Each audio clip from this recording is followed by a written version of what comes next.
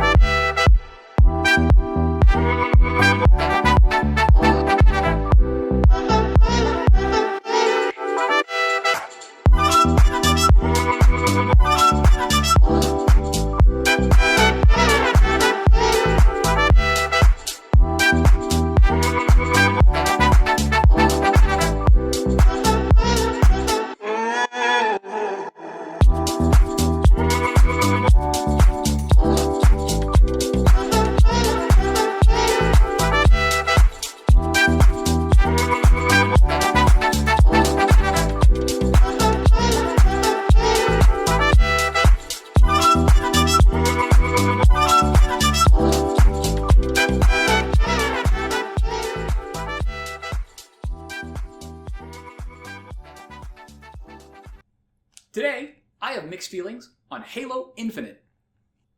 So I want to talk today about Halo Infinite, and specifically, I want to talk about this from a perspective of like a fan. I've been a huge fan of Halo since I think my first Halo was Halo 3, but then I went back and played the original Halos, like 1 and 2. I beat them all on Legendary. Important note here. So I played Halo 1 Legendary, Halo 2 Legendary, which is notoriously difficult, okay? And then I played Halo 3 Legendary, Lasso. I think 3 is the only one I ever tried Lasso in. Yeah. Awful experience, but some of the most fun I've ever had. And then I played ODST on Legendary. I played Reach on Legendary. I think Reach specifically, I also lassoed. A little hazy on the memory, but you know. No, I did attempt Reach Lasso as well. Yeah. That was much worse than 3. Yeah. And then I also played Halo 4, but I didn't play 5. I also did not play 5. Yeah. I played up to 4, did not play 5. And I can definitively say Halo Infinite was one of the worst experiences I've ever had playing a Halo game. That's wild. It was fucking awful. I don't think I had okay, I'm going to have to start at the very beginning, okay? I'm going to give this game a little bit of praise, okay? The first mission of Halo Infinite is the most quintessential, this is Halo, and we're having a great time. Which is wild for me to say after just saying I didn't have any fun at all. Halo Infinite's starting mission is art. It's got this really, really cool fight at the very beginning with this one combatant called Atriox. Okay? This is important because it's going to come back in a moment. Where Atriox is inside of one of the ships that Master Chief is in. And he is beating the shit out of Chief. I'm going to repeat that. This guy is beating the shit out of Chief. Yes. Okay? This is like the brute guy, Yes, right? yes. So he was in a whole bunch of different games. Like he was in Halo Wars 2, I think. Oh, okay. He was introduced in some of the non mainline games. Yeah. And was a really big deal. Okay? So then, in the very first mission, you're in this ship fighting, and you're getting the shit beat out of you as Chief, and you lose. Good intro. Good intro. Sets things up really nicely. And then he grabs you by the throat, takes you to the airlock, and just drops you out of the airlock. And you're just stuck in space. Really cool intro. Because you're like, holy shit, this man just beat Chief. Oh my god. And then it has a really, really, really, really, really touching and really good next couple of minutes. So there's a character called the Pilot. That's what he was called back before everyone knew his name. That's just the human guy. That's just the human, yeah. Yeah. His actual tag is like Echo 216, but I'm just going to call him the Pilot. Yeah. And there's a really, really cool cinematic of him being in this Pelican and being lost in space. He has no more fuel. He can't go anywhere. Not fuel, but electricity. And he can't go anywhere. He's just stuck in space. Yes. And you see this really touching moment of him like replaying this audio log from that he's gotten from his family, and you see him go from being completely clean shaven to having a giant full beard and super long hair, and you can tell how much time has passed in these moments, and you like are sucked in because the actual atmosphere of this episode is so, like of this mission is so fucking good. It is genuinely so amazing. And then he gets a ping from his the console. The console, yeah, well, sure, fuck it. It like starts going, bing, fucking something is here. And he looks out the front window and it's Chief just floating. And it's so fucking cool because you're like, oh my god, he's just been there for months.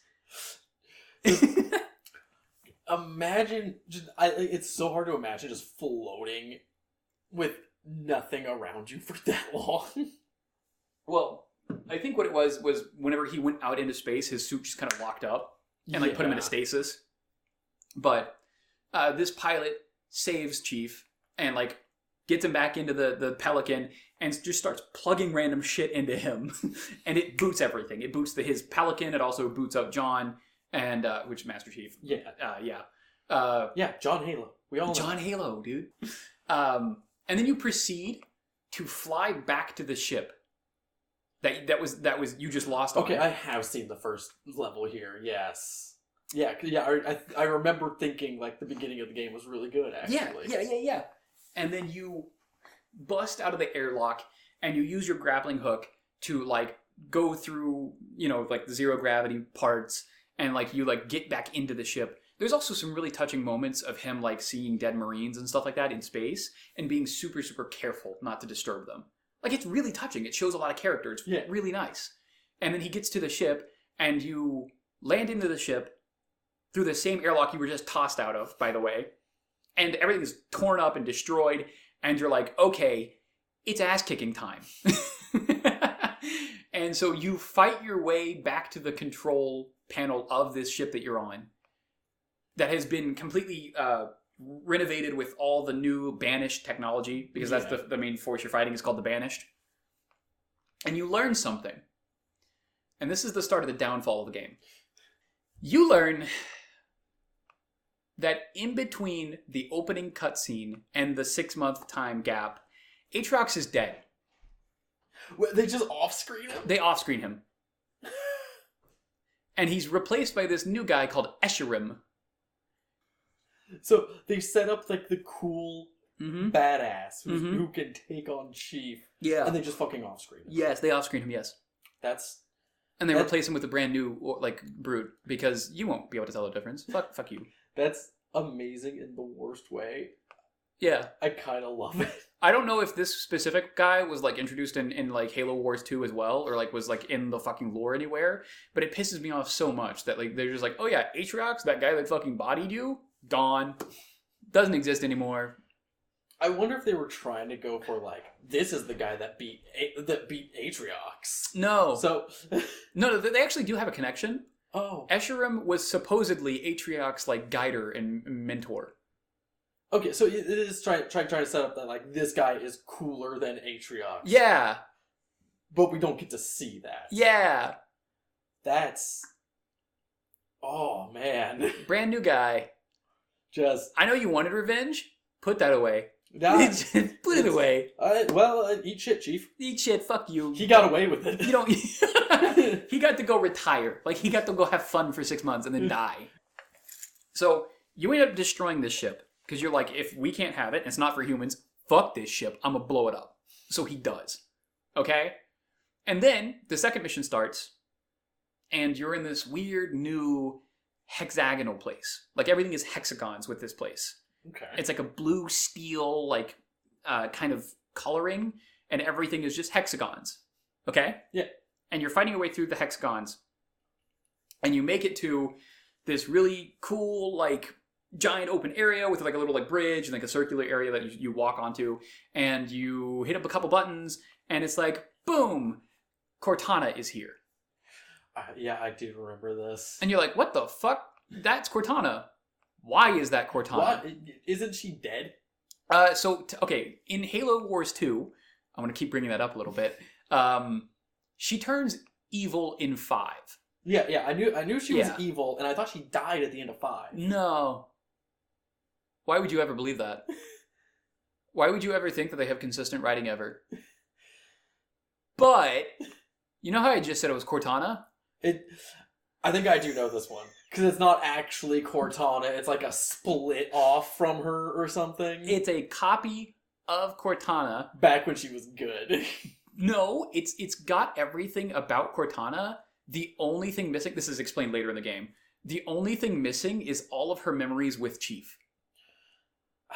See, I think they could have had a really cool thing going with if they just brought in like a new AI entirely. Don't even make it Cortana. Yeah. And just make it like Chief is like adjusting to the new guy, and he keeps bringing up things that Cortana would know. Yeah.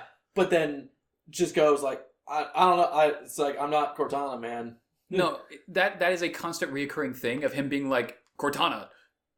Uh-oh, I said the name of my ex. Like, he doesn't say that part, obviously, but like happens so fucking much. And, see, I think that could be a good way of going about it if it wasn't just Cortana again. Yeah. Like, if you kept like asking Cortana what, like for info and things to do. Yeah. But it just wasn't her at all. It was a total new guy. Yeah. And he had to keep adjusting to that. Yeah. I think that could have been an interesting dynamic. So, this is Cortana, but with a personality replacement.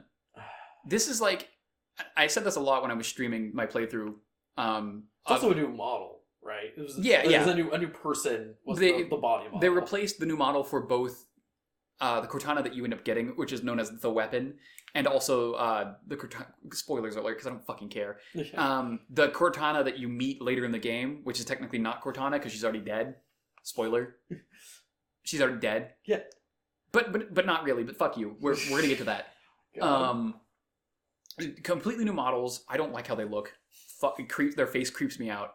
But the weapon, the ones that you meet, is a copy made exactly like Cortana, minus all the memories with Chief, made specifically to trap and kill the original Cortana. Interesting. Okay. And she's like a 2016 quirky TikToker. Oh. Like, I'm talking like full on like, actually, like all the fucking dance moves and shit. Oh my god. Dude, I hated that fucking character so much. Oh my fucking god. I had heard that it was a downgrade. But I thought she was just like bland. I didn't realize she was annoying. Dude, it is the worst. Oh my god. I got to the point where every time she started talking, I just went, shut up. Shut up. Shut up. Shut up. Get out of my head. Get out of my head. Get out of my head. Get out of my head. So we get to this. We get to the second mission, right? And it's the hexagons, and we're getting to the hexagons. Okay. Yes. You get to the very end of the hexagons, and there's an elevator leading up to the third mission. I'm sorry to interrupt you. Yeah. I just keep looking at it. Yeah. No, we're getting to it. We're almost there. We're almost to the punishment. So you get to the end of the second mission, and you find this elevator, and you're like, how are we going to activate the elevator? And then Cortana, fucking the weapon, is like, no worries, there's someone coming down right now. We don't have to worry about it. And I'm just like, okay, fucking whatever. Welcome to boss fights. There's boss fights in almost every single mission. That doesn't sound like a bad thing to me. It is a terrible fucking thing. It is one of the worst experiences I've ever had in Halo. That's wild. Because it's wild specifically because of the series I'm going to be talking about next. Yeah. Which has a boss fight at the end of every mission. Yeah. And it's awesome. Oh, dude, it's fucking awful. So, I'm not going to get into the details yet. I want to get into something else first. Which is, once you beat this guy, you take the elevator up. And the elevator opens up into the open world. Yeah. But also, this is where the drink is going to come in. Okay. So, when you get into the open world, you've experienced 3 different level types. You've experienced broken insides of a ship, which is like a tower-esque kind of thing. You've experienced hexagons, and you've experienced the plane. Like the Windows 98 plain background. Yes. But with some trees put in because it would be too boring otherwise. Would you believe me if I told you you've experienced every single mission for the rest of the game? based on what I have seen of the game, yes. Okay, good, because that is true.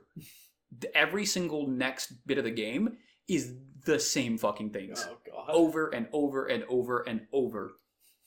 And now, I would like to move on to the drink.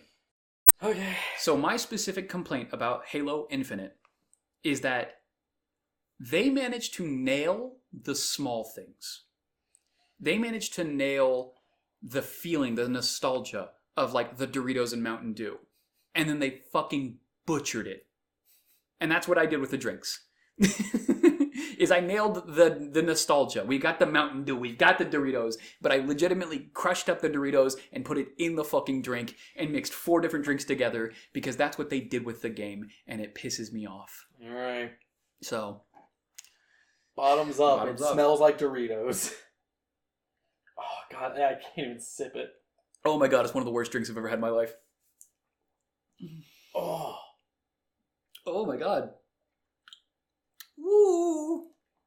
Oh my God. That is one of the worst drinks I've ever had. I took a second sip. I shouldn't have taken a second sip. Oh my God. I'm going for a third. What did I do to you? What did I do to us? Oh, okay. If I have another sip of that, I'm going to throw up. I legitimately. Oh my God. Oh. Oh, fuck. I'm going to have the regular live wire to wash that down with, because... Don't copy what you see here. We are trained professionals. Oh my God. We're not trained professionals. We're just fucking idiots. Don't do this. This is fucking awful. The first episode, I think the drinks were actually really good. These ones are not. These ones are some of the... Yeah, I think this is making up for the King's Cup not actually being, like, decent. Oh my fucking God. Why do you keep sipping it? Because you took 3 sips. I was going to take 3 sips. Or drinks. I didn't sip it. Oh, I was having a good day. I was having a good day up till now. Woo! Oh. Fuck! That sucks. Alright. Okay. So, let's get into some of the good things. Let's get into the small things they did right. Okay? Master Chief is written really well. That is not what I thought you were going to say. Master Chief is written surprisingly really well. When he does talk, it is short and to the point. It is very poignant. It is very much Chief. I believe it is Chief. Okay. The pilot is written immaculately. Okay. That's nice to hear, actually. The pilot is fucking awesome. Every time he talks, it is very much so like a real person talking to the Chief. Yeah. At multiple different points, he's like, Chief, I don't want to fucking be here. Why the fuck are you making me do this? I am a human, not a Spartan. Why are you making me fly into the fucking war that you want to fight? You know what? Fair. Amazing character. And then there's a moment halfway through where he has like a mental breakdown and he's like, I don't want to fucking die. Like, Chief, I don't want to fucking die. I don't even want to be here. I'm just a human. I'm not even a soldier. I'm just a human who stole a pelican. Oh, so he's not even like UNSC. He's just a guy. He's just a guy who stole a pelican. That's so much more interesting. He's actually such a good character. Easily my favorite character in the entire thing. The balls on this, man. Yeah. And another good thing, and I'll have to touch back on this in just a minute, the gunplay. I actually have played a decent amount of the multiplayer because, when it came out in 2021, I was like, oh, fuck, a new Halo multiplayer. I'm so excited. The gunplay. The guns are surprisingly really good. It's Halo. If they weren't, how fucking awful would that have been? Right. Like, Halo has some of the most fun weapons in any game I've ever played. Yeah. Hold on to that feeling. Oh, no. Hold on to that feeling because it's going to come up in a moment. Oh, no. But what I can say is that in the multiplayer and then also like in the campaign, the guns feel good. Each of them feels unique and has their own strengths and weaknesses, and you will definitely feel out which ones you like more and less, and you will find out which situations to use the guns. Yes. Okay? I'm done with my positives. Actually, no, I forgot one. There is one more positive, and that is the game is really fucking good at Easter eggs. Okay. Like, really fucking good at Easter eggs. Oh, I'm good. the game is good for throwing here's thing in Yes. front of your face. Yes. Yes. I would not put that as a positive necessarily. I'm going to come back to that. It does a really good job of being like, oh, you went out of your way to explore this specific thing. Here's a thing to remind you of when the series was good.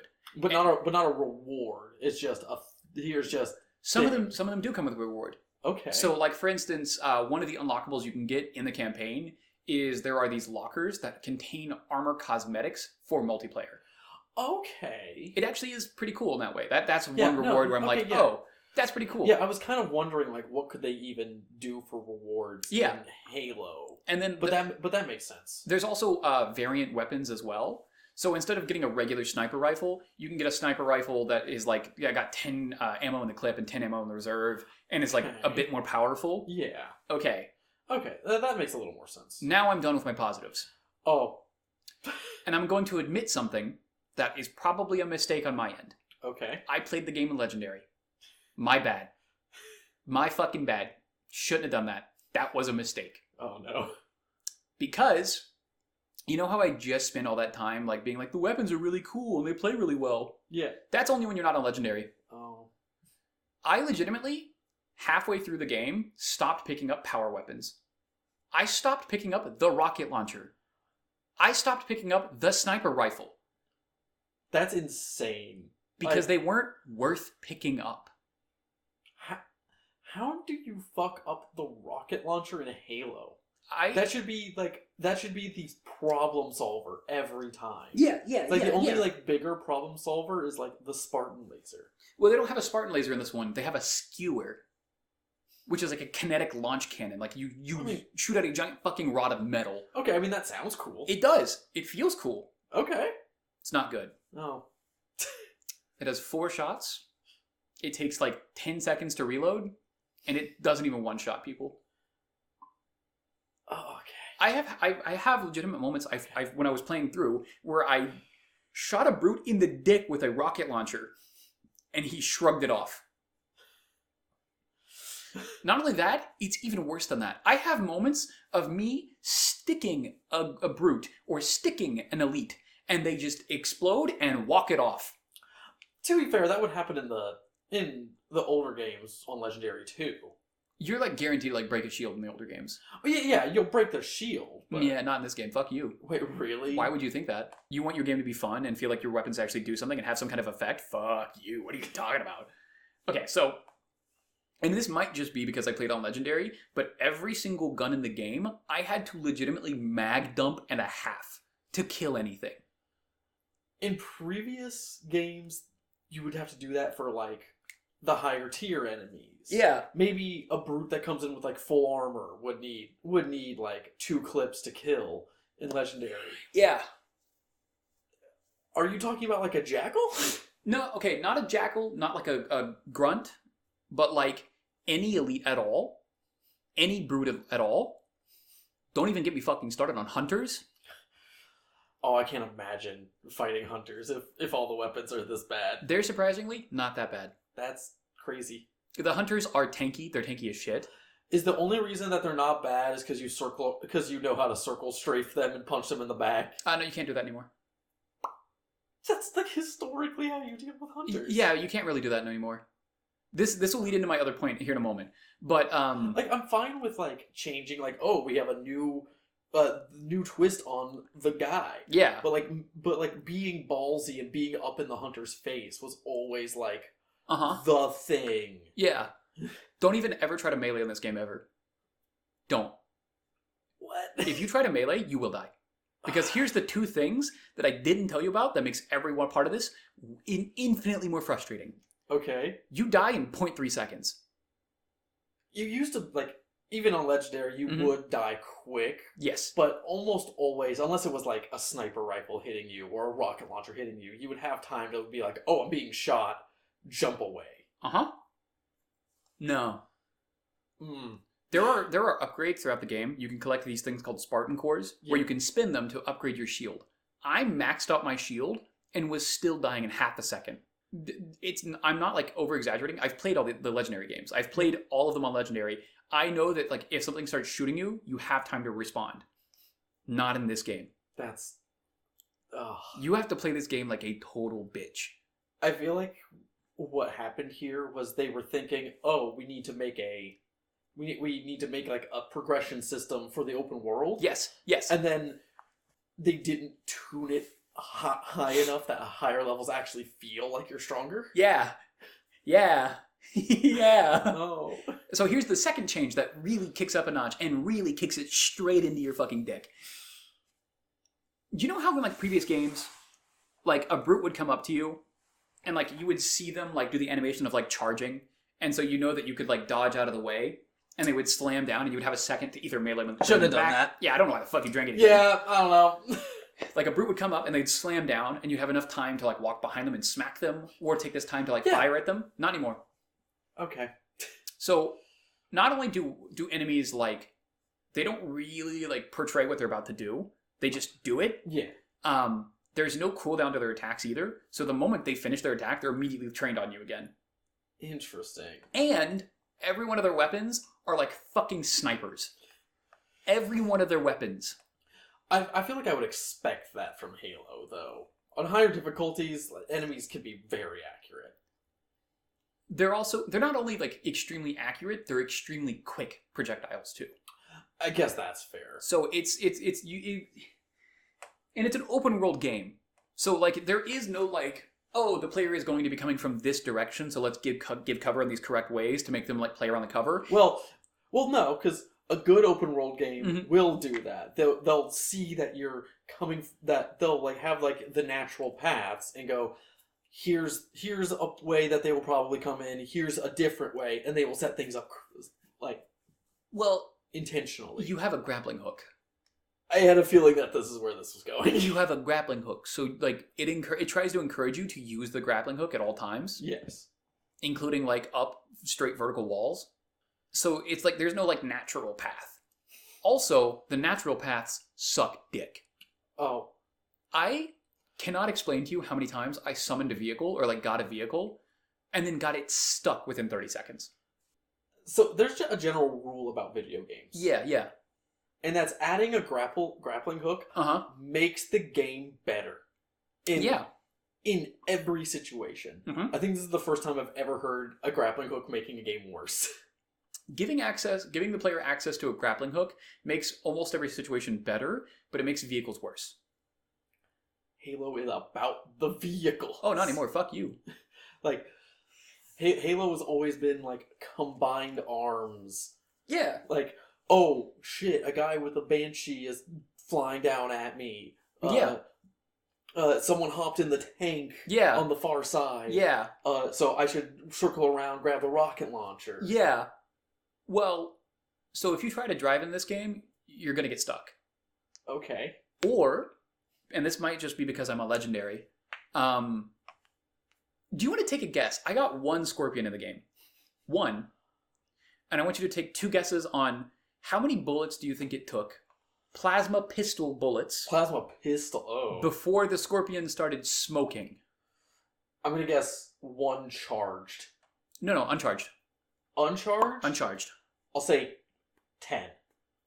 Two shots. And my scorpion was smoking. Getting the scorpion is supposed to be the power fantasy moment. Yeah. Like, that's supposed to be when, okay, I'm gonna go wreck shit for a while. Yeah. And just have, like, a good time and not really have to think about being strategic. Yeah. Also, you get it inside of, like, a little base thing. Do you want to guess, like, how much area you had to use this scorpion? I'm gonna guess, like, closed warehouse doors. Like, so you take it out of like this little warehouse thing, and then you have one strip of land, and then a turn, and then an even smaller strip of land. That's it. Oh. So you don't even get to like drive it around and have fun with it. Correct. And even worse, inside of this little like base that you're trying to like destroy like the cores of and everything like that, which by the way, you have to destroy the cores first to get the scorpion. Inside of this little area, there's also mixed leveling. So, like, the geometry goes up and down levels. So it spawns you at this level, and that's the 2 turns, and then everything else is raised up. Oh. So you can't even use it to clear out the rest of the enemies because they're up on a higher level. Yeah. Uh-huh. And you could try to take it outside of this base, but it's a forest. So good luck driving. So good luck ever getting it past the trees. This is just making me sad. Yes. I tried to come into this game very optimistic. I even told you about it, like when I was at work. We were talking about it before. You sounded very sincere about, I'm going to give this game a fair chance. Yeah. I regret ever touching this campaign ever again. Oh. And again, like, I don't know. It's just depressing more than anything. I don't even know how much of this is specifically on Legendary, because I started, like, watching, like, a walkthrough to see if I was just doing something wrong. Yeah. And even the person playing on normal was dying this quick and, like, having these issues. Normal has always been like, oh, maybe there's a little bit of a challenge on certain parts, but it's usually just been like, this is the mode I play to relax and just run through the game. Yeah. It's heroic and legendary, where it's like, oh, we're going to start slapping our dicks in your face. Yeah. It just wasn't fun. Like, if I can be 100% honest and real here, like, none of it was fun. Not a single moment of, like, past level 1 was fun. And it got to a point where, like, I would pick up a weapon off the ground, use it for 2 enemies, and then immediately drop it. And then you need a new weapon. Because it was out of ammo. Yeah. And then I'd be like, oh, fuck, okay, well, I'll pick up another fucking plasma pistol because that's the only thing around. The only time that, like, killing 2 enemies with a weapon is acceptable is with, like, a needler. I mean, where, like, the whole idea is you mag dump into somebody and they explode. Right. Yeah, but it was like, oh, fuck, I've encountered one brute. I'm going to spend all the ammo I have. God. And then have to pick up and scrounge for more guns and then use that on the next brute. Which leads me perfectly to my next point. How many waves of enemies do you think that I had when I captured a base? I want to say 3. 8. That seems excessive. 8. So I walked into this area. Wave 1 was me clearing out the entire camp. Okay. Wave 1 was me clearing out the entire camp. Wave 2 happened because I walked too far forward.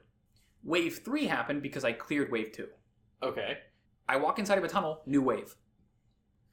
I hit a button, new wave. Oh my god. I walk outside, new wave.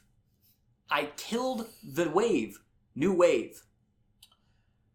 I walk up a ledge, new wave. This just has me thinking of, I think it was called the Ark in 3. Yeah. Where you go in and you have like a crazy fight in like the first few rooms. You go up an elevator, which is like a decently long elevator ride. Yeah. Kill a chieftain. Yes. And then you have like 10 minutes of like walking and like heading to the next thing with no combat at all, because it's just like, hey, hop in the Warthog, drive. Yeah. So do you want to take a guess at like clearing those 8 waves of enemies? Do you want to guess what you were trying to do? I'm going to say like charge something up to like activate like a sonar or something. Chad, he doesn't know. Chad, he doesn't fucking know, Chad. You're trying to get into a tower. Oh. And then you get into the tower and you fight 2 or 3 more waves of enemies to get to the top of the tower to fight a boss. Okay, see, like, that part doesn't sound that bad. But like, if you're gonna do that, don't do a million waves before the tower. Yeah. Do clear out the base. Yeah. Get into the tower. Yeah. Fight another thing. Go upstairs. Fight boss. So if I had to like ask you this specific part that I'm talking about, where you fight the 8 giant waves and then like get into the tower and you fight the 2 or 3 more waves to get up to the very top to fight this boss, where do you think this takes place in the story? That sounds like an end of the game thing. If you're fighting that many enemies, that sounds like the end of the game. That's mission 3. Oh. That's like you've made it to the top of the plane, or it might be 4. You make it to the top of the plane, you actually like clear out the little area in the plane. That's the next thing you do. If you're going to be fighting that much, this should be like one of the peaks of the story. This should be... This is the highway in ODST. This is getting up to Guilty Spark in 3. Yes. Where it's just never-ending enemies and just a grueling thing to get up the tower. Yeah. It should be. Like, this should be like the we're doing it moment. Yeah. It's not. It's the 4th mission. Now I'm just sad because I'm thinking about how hype the highway is. Yes. In ODST. That's like one of the coolest missions in all of Halo. I mean, there's a very similar mission in Halo 2, specifically the third mission, is the one where you spawn next to a scorpion and drive up a bridge and like have an entire fucking combat with a scorpion. Yeah, it's really cool missions. But they give you the vehicles and they use that to throw bigger and bigger shit at you. Which is how it should be, because you have the protection of a goddamn tank or an infinite ammo minigun on the back of a Warthog. And those scorpions and shit don't die in 2 hits. Yeah. They don't start smoking and puffing and exploding in 2 fucking hits. Even a Warthog can like usually take a rocket launcher. Yeah! Yeah! Dude! And the fact that everything is so precise, like every enemy is so fucking precise, and their bullets are so quick, you can't like dodge them effectively. Like even in a Mongoose, I was having troubles not dying. Jeez. And like the Mongoose is I'm gonna get across quick and be hard to hit. Yes. But I can't do anything. Yes. Like that's the whole point of the Mongoose. I think when I had the Mongoose out and was actually driving it, I think I made it 8 shots.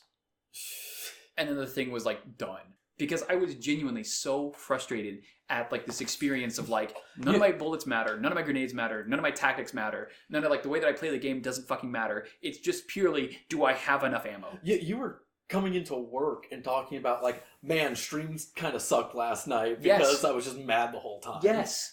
Yes. And then you get to an area, a point of interest, and they're like, here's a wave, here's a wave, here's a wave, here's a wave. Congratulations, I hope you like surfing, because here's another fucking wave! Like, in an open world game, you should really only have to deal with, like, okay, get to thing, clear out one thing. Yeah.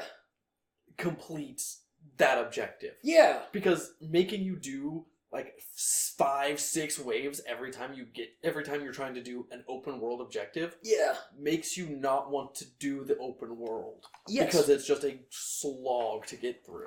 And most open world games have a mechanic where the more you progress through the game, the easier the rest of the game gets. Yeah, or at least like this, like the starting area is now like beneath you because you got a bunch of upgrades. Yes. So clearing out the rest of this area is really easy. Yes. But when you move up to the next area, maybe the difficulty spikes again. Yeah. No.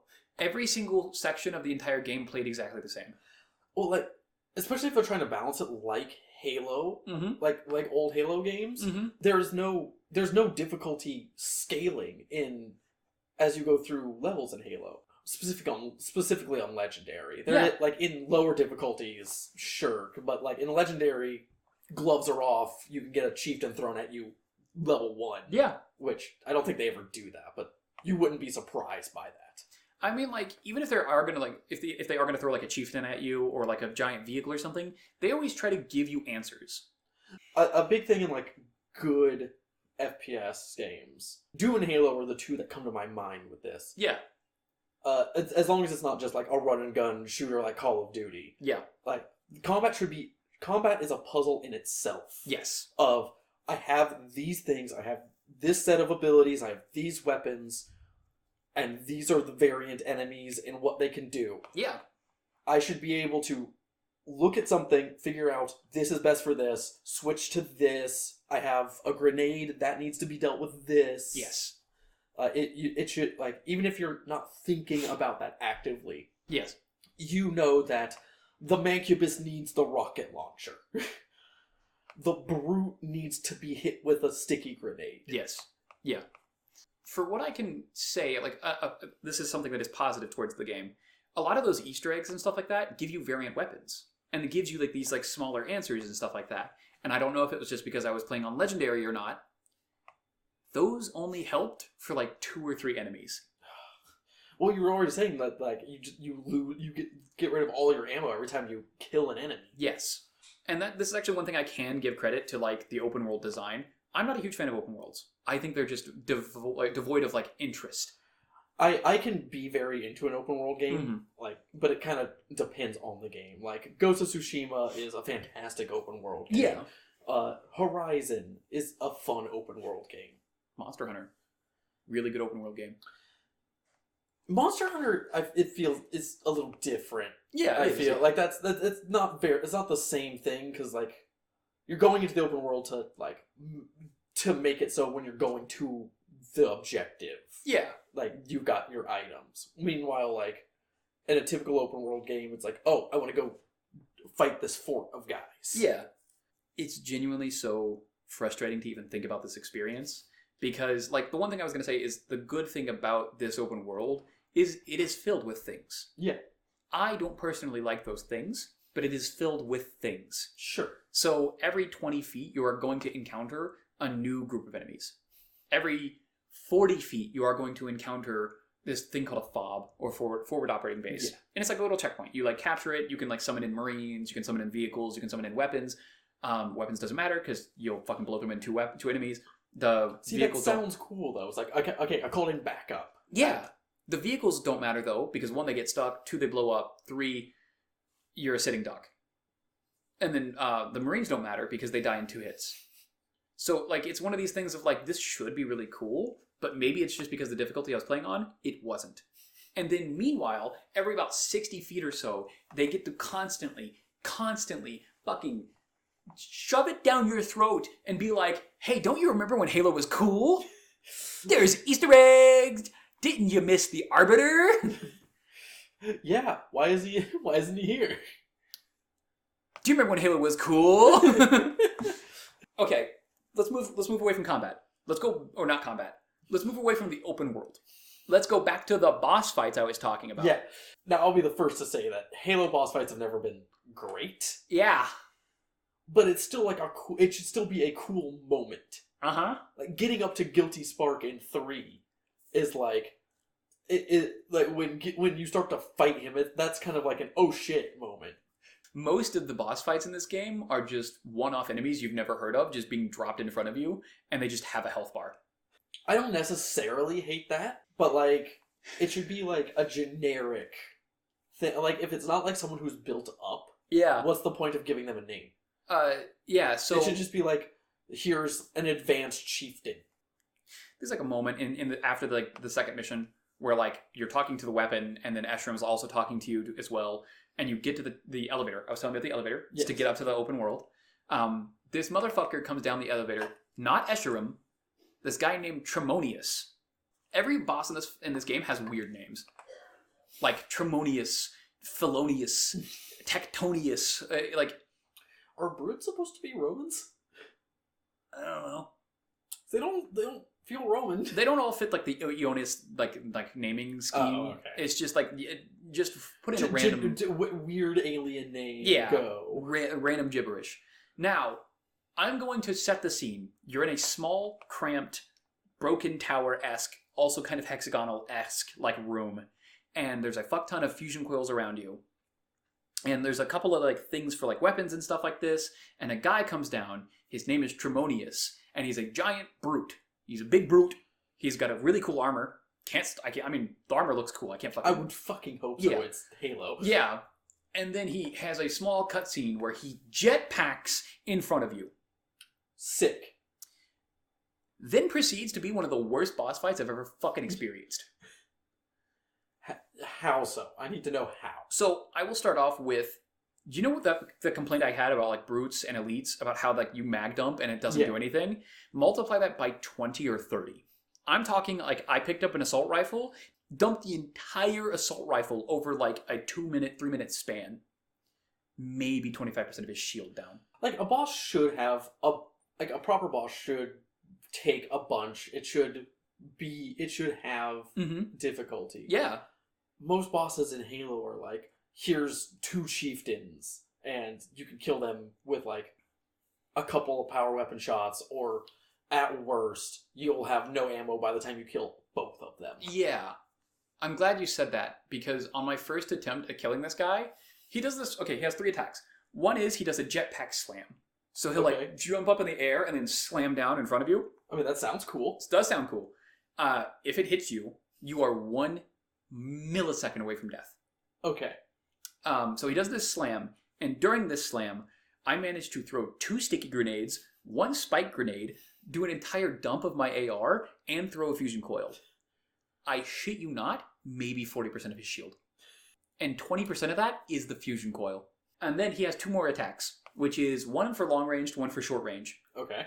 He's got a grenade launcher and a shotgun. And this grenade launcher is the most accurate, most fast projectile grenade launcher I've ever experienced. It's not just a brute shot? No. Brute shots aren't in this game. Why would you assume that? You're going up against a bunch of brutes! These are the banished. They have banished weapons. They're still brutes! Banished! Give me a brute shot! Banished! So he shoots this piss laser of a grenade launcher. And I'm talking like, if you aren't behind cover within like half a second, you're dead. Congratulations, do it again. Oh god, okay.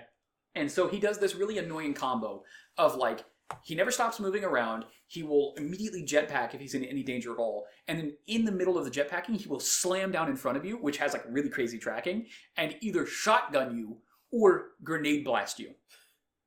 And you die in 0.3 seconds. Yeah, you said that you have very little health in this game. Yes.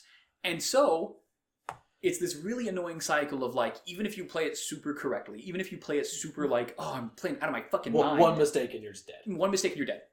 So that run where I stuck him with 2 grenades and the spike and then threw a fusion coil at him and then like mag dumped an entire AR, because I used that time to mag dump, I wasn't running away, so I died. So I had to do like all that again. And I got stuck in this really stupid cycle. By the way, checkpoints don't happen when you're out of combat. What? They happen at set times. Okay. So I got stuck in a loop where it saved mid of him slamming. I had, and this is legitimately, like, I had a pattern set up because of how consistent this was. I have less than a fraction of a second to grapple shot over to the right to get me out of the way. If not, I die. That's like like Skyrim, Oblivion. I opened a door and got killed instantly. Shit. Yes. Also, but in that game, you expect there to be an autosave when you open the door. Right. Yeah.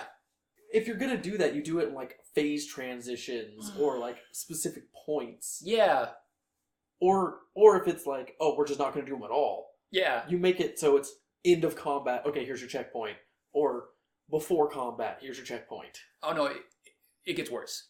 I had one save that was legitimately worse than that. He's faster than you, because not only does he have a jetpack, but his also base walking speed is like 130% of yours. Well, he's a brute, I would expect this. Yeah, so he walks faster than you, he does more damage than you, he takes more damage than you, he flies around, he slams around, he has pinpoint accurate laser fucking Gatling gun, machine gun, grenade launchers, and then also a shotgun, so don't even get close, don't even think about it. Yeah.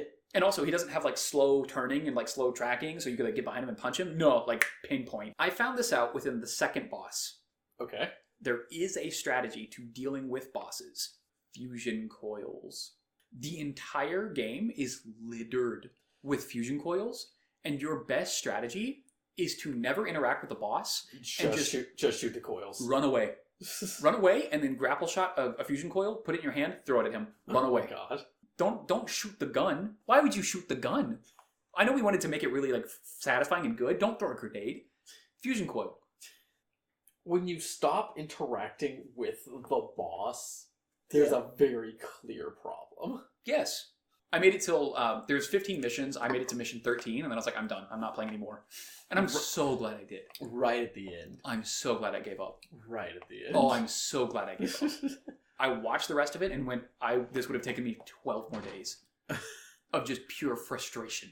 You get up on the plane, which, by the way, another tidbit about open worlds. Most open worlds have an interesting open world. They have like different biomes or different like situations and stuff like that. And like traversing the open world in itself should be part of the challenge. Or fun. It's just a plane. The entire thing is like hexagonal plane. So you remember when you're on the Halo ring, and every mission is a completely different zone of the Halo ring? Yep. And going around the ring is like interesting new areas every time? Yeah. I'm so glad you brought that up. I wrote them down. Oh god. So specifically, I'm comparing it to Halo CE. Okay. Combat Evolved. First game. First one. The most limited game because it was the first. Yes. Okay? So in Halo CE, you start off on the ship, then you go to a forest level, then you go to a night desert level, then you go to a Covenant ship, then you go to a beach, then you go to a winter-themed, like, valley, Yeah. and then you go to the jungle, then you go to structures, then you go to another winter ship, like a winter area, but the tone is different, because instead of, like, trying to, like, sneak through and be like, oh, I'm trying to, like, get to this place. It's a combat. It's like a massive war. Yeah. And then you go back to the desert again, but it's the crashed ship in a desert. So like even going back to the same areas, they're changed up and interesting. And then the final level is the original ship from the very beginning of the game. But instead of trying to escape it and being like, oh, fuck, everything is blowing up, you are now trying to invade the ship, and you are now the invaders. Now, I will say this isn't a completely fair comparison, because Mhm. like one is like every area is like handcrafted and like with like an intentional through line in each thing. On the other hand, Uh-huh. a good open world should be microcosms of that in every encounter. Yes. Like there's like big zones where it's like, oh, you're just gonna pass through here. Yes. Like Ghost of Tsushima, there's long areas of just like, I'm just gonna ride through a forest for a little bit. Yeah. And like, that's fine. Yeah. Because then I get up to, oh, here's waterfalls, and I have to like climb up part of a mountain to avoid going super far around or something. Yes. And it's like makes interesting things happen even with like limited variety of like those zones. There's still like every little while there is an interesting thing happening. I mean, Pokemon is a perfect example of it. The open world in the newest games has like 12 different biomes in the Pokemon games. And then also like If even Pokemon is beating you in your open world, maybe reevaluate. Yes. And it wouldn't be like let's just say for instance that we're just going to accept that the open world is just a plane and that's okay. Why aren't the missions different? And before we go to that, I think that is okay. I think it's like, okay, here's just what it looks like. That's fine. Yes. You still have like interesting traversal challenges that aren't just go to the next thing. Yes. And okay, so I'm about to make it even worse. The actual gameplay, I'm going to make it worse. I skipped out something really incredibly important that happens all the time. Okay. People love to monologue. I don't know, that doesn't sound that bad to me. Oh, no. You misunderstand. They love to monologue. Is this like in cutscene or like while walking around? I need a little bit more here. Yeah, so for instance, on the second level, Yes. because the first level was actually nice. The first level was really nicely made. The second level, you get up to Cortana. Cortana has like a 7-minute cutscene of her talking, which is the first. It's your first cutscene together. Yeah, It's like, but okay. that's understandable. There's some So, interplay. Yeah. That's a big moment. There should be some dialogue going on. Yeah. And the same thing would happen with Esherim in the first level. You have a moment with Esherim, but I'm not even like too mad about it because like, oh, it's the first time meeting this character. You're meeting the big bad. Yeah. There should be something going on. You get to a couple more like minutes into the second level, and Esherim holograms in again for another cutscene of him just monologuing at you. There's a game we're going to talk about later. Okay. In a different episode. Okay. Lightning Returns. Yeah. Final Fantasy 13 Lightning Returns. Yeah. One of the biggest problems with that game is Hope will not stop talking. Yes. Yes. Like, oh my god. Like the moment that made me quit that game was he did like a 3-paragraph dialogue. Yeah. Then immediately repeated that same dialogue. Yeah. Is this kind of the same situation? Oh, it's completely new dialogue. But here's the basic formula for how a level goes. Okay. You start a level, there's a monologue. Yeah, obviously. You get a couple like fights in, by a couple fights, I mean you throw a couple fusion coils. What if you were going through the first like discovery mission in Reach, where you're sneaking around with the sniper rifles? Yeah.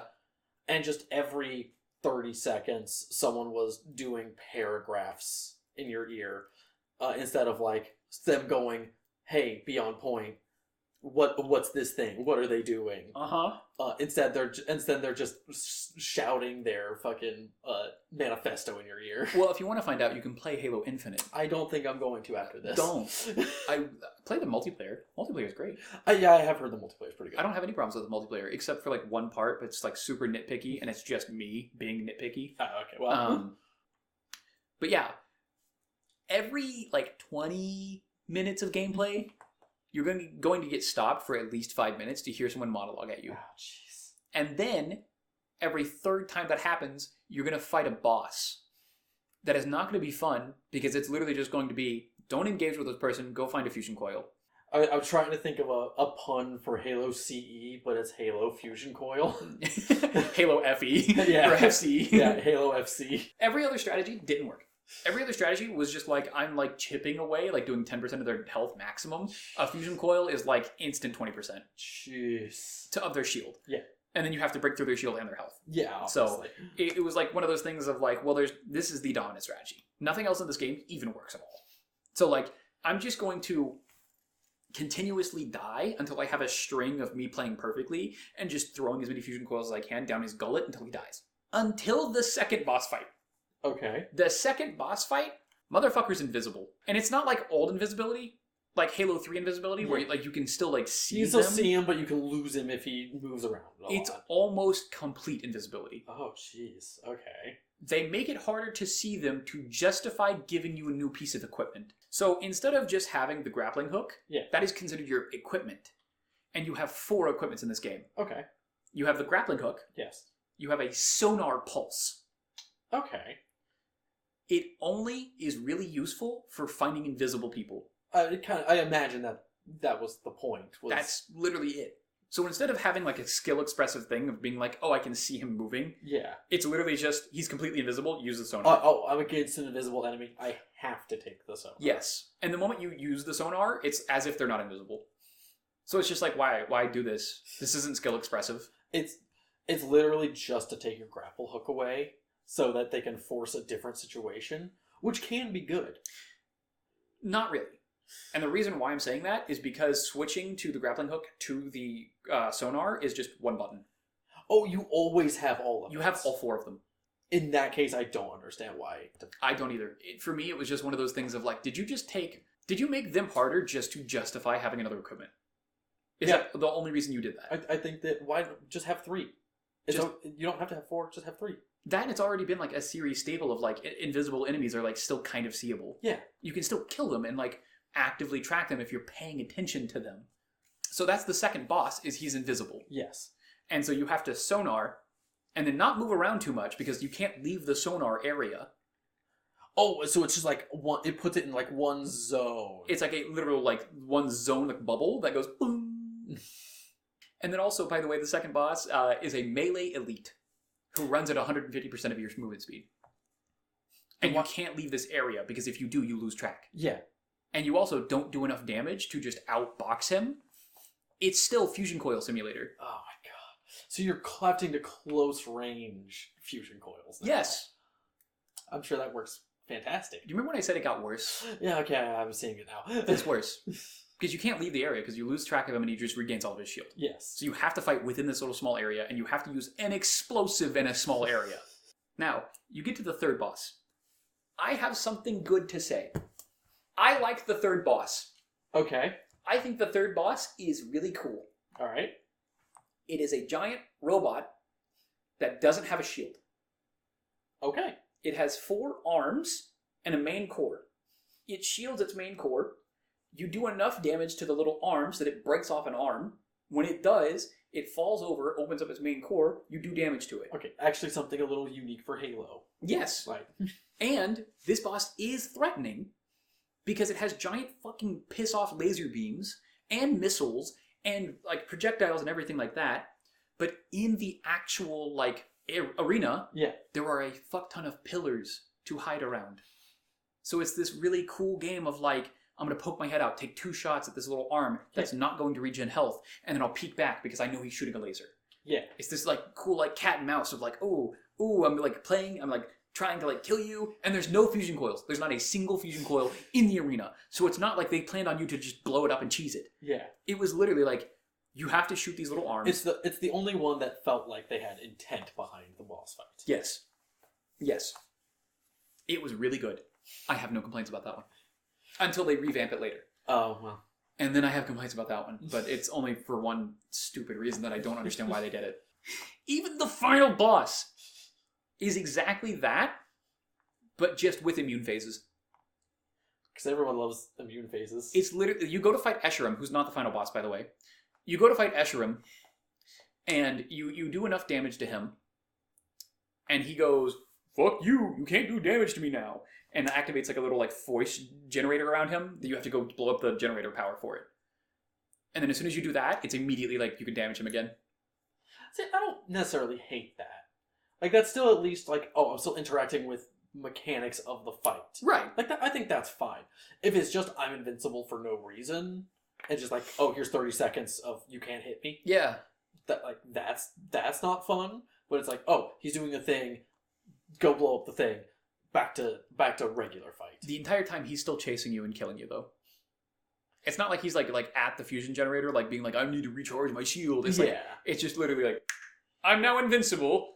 I'm still coming after you. Okay, yeah, that's a little worse. Like if it was a big moment of him doing it. Yeah. Like, I'm invincible, I'm gonna do my super move. Now, right. Or I'm gonna go heal while I'm invincible. Nah. It's just like an immunity phase, just to have an immunity phase. Okay. At least that's what it feels like. It's starting to sound like they accidentally made one good boss. Yeah. That boss, when it gets revamped later, the machine one, yes. the one with the 4 arms, the way that they make it worse is 2 things. One, as soon as you break off the first arm, it introduces ads that melt you. Of course. Like, I had the first thing I did as soon as I had enough Spartan cores was max out my armor. Yeah. Didn't matter. Everything still melted me. So as soon as it started summoning ads, it's literally just like, the only answer is run away. Yeah. And then secondly, the giant spires that I was talking about, in the second boss fight of it, it learns to just remove the towers.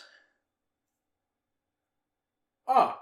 The only thing keeping you alive... Yeah, the whole, like, pattern of the boss fight. Gone. Yeah, okay. There's one central one that is, like, massive. I'm talking, like, massive. Yeah. That doesn't move. Other than that, every other one disappears. Like, that can be interesting if it's destroying these pillars, and it's like, okay, I'm getting less and less, but, like, it's doing it in a way that it's just like, it's making you have to spread out more, not just, I'm just losing all of my cover. Yes. Yes, it's literally just, I'm losing all my cover. And then the final boss is literally this one character that they introduce halfway through the game, called the Harbinger. Harbinger? I don't fucking care. And this Harbinger is like an alien creature that will like teleport around and just kind of blip into existence and out of existence and like blip around you. Yeah. And she has a shield as well. And her entire thing is it's the exact same boss fight, but she just teleports instead. So to wrap up, and to put a little bow on it, I want to bring in a specific reference to a game that I don't shut up about, which is Monster Hunter. Yes. I think Monster Hunter does a really, really good job of doing something, which is presenting you a puzzle and giving you a fuck ton of solutions. Every single weapon has their own playstyle and their own solution. Okay? That can be equated to the weapons in Halo. I think I do like where you're going with here. It's like, oh, I always pick up this weapon whenever it's there, because this is the one that I like the most. Yes. And because of that, it kind of lets you reinforce your own playstyle. Yeah. And be like, oh, I really like shotguns, so what I'm going to do is pick up the shotgun and kind of just go balls to the wall, go in. That was me when I played Halo, was I always grabbed shotgun. Yeah. And in Halo 3, Halo Reach, Halo Infinite, or not Halo Infinite, like the other Halos and stuff like that, even if you were playing a shotgun, you had moments to kind of take advantage of people. Yeah. So like a Chief Bruton that had the gravity hammer, they would go up and do a really large kind of comical swing and then slam down, and there's like a second and a half, 2 seconds where they're Yeah, just you recovering. you would jump to the side, and then you blast them in the side of the head. Yes. Or if you were playing like a sniper, like you could just pick up the sniper, and as long as you had a long sight line, which was hard in a lot of places, you could just pick them off. Or if you had like a battle rifle, or like you could do the noob combo of plasma pistol, battle rifle. Like you had answers. There were things you could do in every situation. Lots and lots of different answers. Usually they would present you with like their ideal answer. Yes. Right before you did the thing. Yes. Like, oh, you're going to be up against a lot of long range enemies. Here's a sniper rifle. Yes. You don't have to take it. You probably will because this is the like intended thing, but you don't necessarily have to. You could still use your carbine, or yes. if you're ballsy, you can still use your plasma pistol. And even if in those situations where they would present you with a sniper, they would give you cover leading up to the enemies. Yeah. So even if you wanted to play like a shotgun, you could still weave your way. It'd be harder, but you could weave your way up to these enemies to shotgun them. Yes. And it feels like every single part of this game punishes you for trying to have different solutions. The only solution is don't engage, find a fusion coil. It's a part of like rewarding the player for holding these things, right? Is like, oh, here's a power weapon.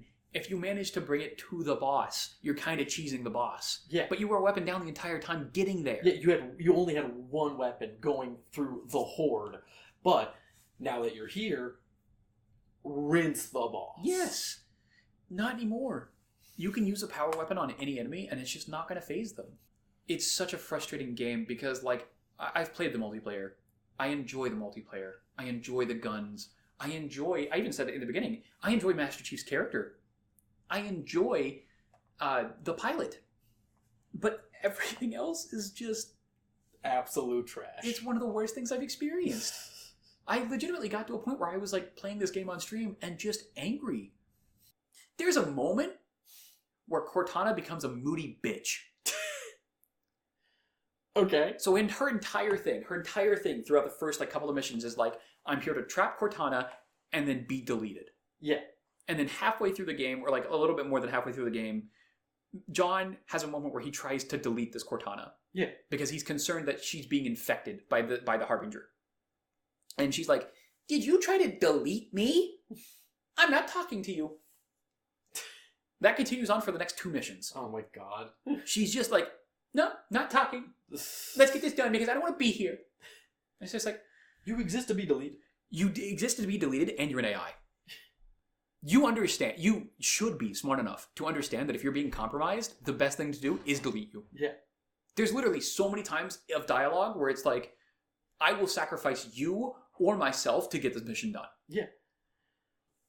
Also, for everybody in chat, when they show actual Cortana, she has feet for some reason. The new Cortana doesn't have feet. She has like shoes on. Old Cortana has feet. Let me know. They just had to slide it in there. Let me know in the chat below if you guys like the feet or not. I guess. This blew me out of the water. There's a moment in like episode 11 or mission 11 or 12 where you're in danger and Cortana just summons a portal. What? You spend all this time flying to places or grappling hooking to places or trying to use the vehicles. So they just ran out of ways to get you out of things. She just summons a portal. You couldn't do this the whole game? I'm not making this up. No, it's not explained and it's never used again. That is the laziest writing I've... Second to last mission. You kill Escharum. Yes. You fight Escharum. You kill Escharum. As he is dying, Master Chief walks over and cradles him in his arms. Okay. And there's this entire moment of Master Chief just being like, he was just a soldier, hoping he did the right thing.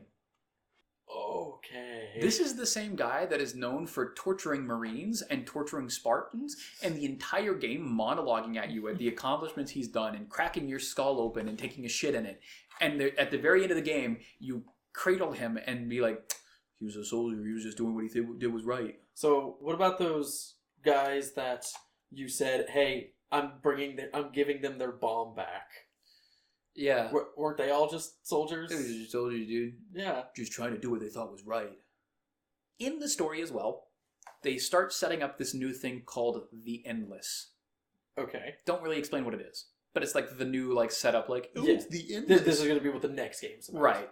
And it was introduced with the Harbinger as well. Yeah, I figured that was approximately the same time. Yeah. The Harbinger is just trying to summon the Endless and reconstruct the Spire. Okay. So is the Banished. They're trying to reconstruct the Halo. They're trying to reconstruct Halo. Yes. The ring. Yeah. The plot is that Cortana, before John ever woke up again from space, Yes. had already solved the entirety of the plot. Why didn't... your Cortana or the old Cortana? Old Cortana Okay. had already solved the entirety of the plot. Why are you even here then? Because she needed you. For some reason. She couldn't do it herself. For some reason, she set up the domino pieces for Chief. Okay. Which can kind of be Yeah, cool. that can work. She was also known for cracking planets and like destroying entire civilizations in the previous game. Yeah, no, Cortana is capable of just doing things. Yeah, but she's like, no, I need this one guy in a Spartan suit. I will say though, at the very end of the game, there was an extremely touching moment with like the old Cortana. Yeah. She like recorded like a memory of her like talking to Chief. Okay. And she's smart enough to like predict what he's saying and predict what the new Cortana is saying as well. Incredible. Yeah, no, that sounds perfect. I don't have any complaints about that scene, if I'm being 100% honest. Like, it's just a really touching moment of, like, kind of passing the torch to the new Cortana. Yeah. And it's classic Cortana. She's sassy, she's smart, she's got super intelligent. Like, really fucking cool. Have no complaints at all. Credits start rolling. You find out Escharum didn't die. You cradled him in your arms and watched the life fade from his eyes. He didn't die. Wow. And he summons the Endless. That's the stinger. Yeah. There's nothing else after that. Okay. Game's over. And to wrap up my entire segment, it was just fighting every one of these frustrations while being constantly reminded, hey, do you remember when this series was good? Not only in the Easter eggs, but like in the actual dialogue too. There's so many references to the other Halo games. And like part of that is endearing. Part of it is. Because it's like part of it's like, I remember those moments. That's really cool. I like that they're bringing back like dialogue moments from like 1, 2, 3, Sure. everything. I really enjoy that. But not when I'm also going through one of the most frustrating experiences I can. Maybe try making some of this story as good as that. Yes. And like the villains aren't compelling because the only thing you ever see them do is just monologue at you. You don't ever see Escharum do anything. But they killed off the guy that did the cool thing. Yeah, they killed off Atrax, dude. Fucking, he had a cool, sick hammer thing, but he's gone. Just heartbreaking. It really is. I wanted to like that game. I really did. I'm never going back to it. I'm never playing that campaign again. After that depressing talk about a shitty game, Yeah. I got a fun romp for us. Woo! In one of the dumbest stories I've ever seen. Let's go! I have extremely mixed feelings about DMC Devil May Cry. Awesome. Before we get into that, I want to go ahead and get to the drinks. Let's get to the drink. So what do you have in this? So it is a mixture between blue curacao. I didn't do great. No. Aperol. Aperol. So it is blue curacao, Aperol, lime juice, and a little bit of club soda to kind of like lighten things up a little bit. Obviously, I wanted the blue and the red because, you know, Dante, Virgil, I'm pretty sure they're blue and red. Yes. Yeah. That's actually not too bad. I like that. It's got a bit of a weird aftertaste. I put too much lime juice. Yeah. Maybe the club soda too? No, I think more club soda would have made it better.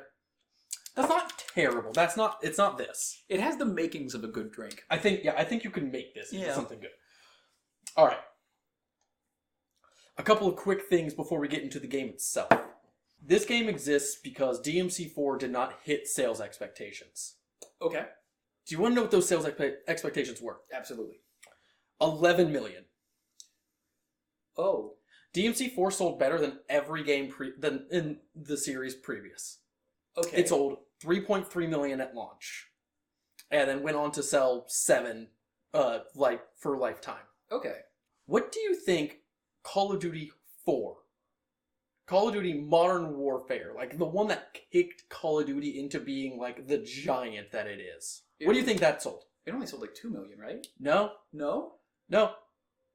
that sold 7 on launch. Oh, 7 million on launch. Yes. Oh. They were expecting Call of Duty numbers Oh. in this niche character action game. Oh. Yeah.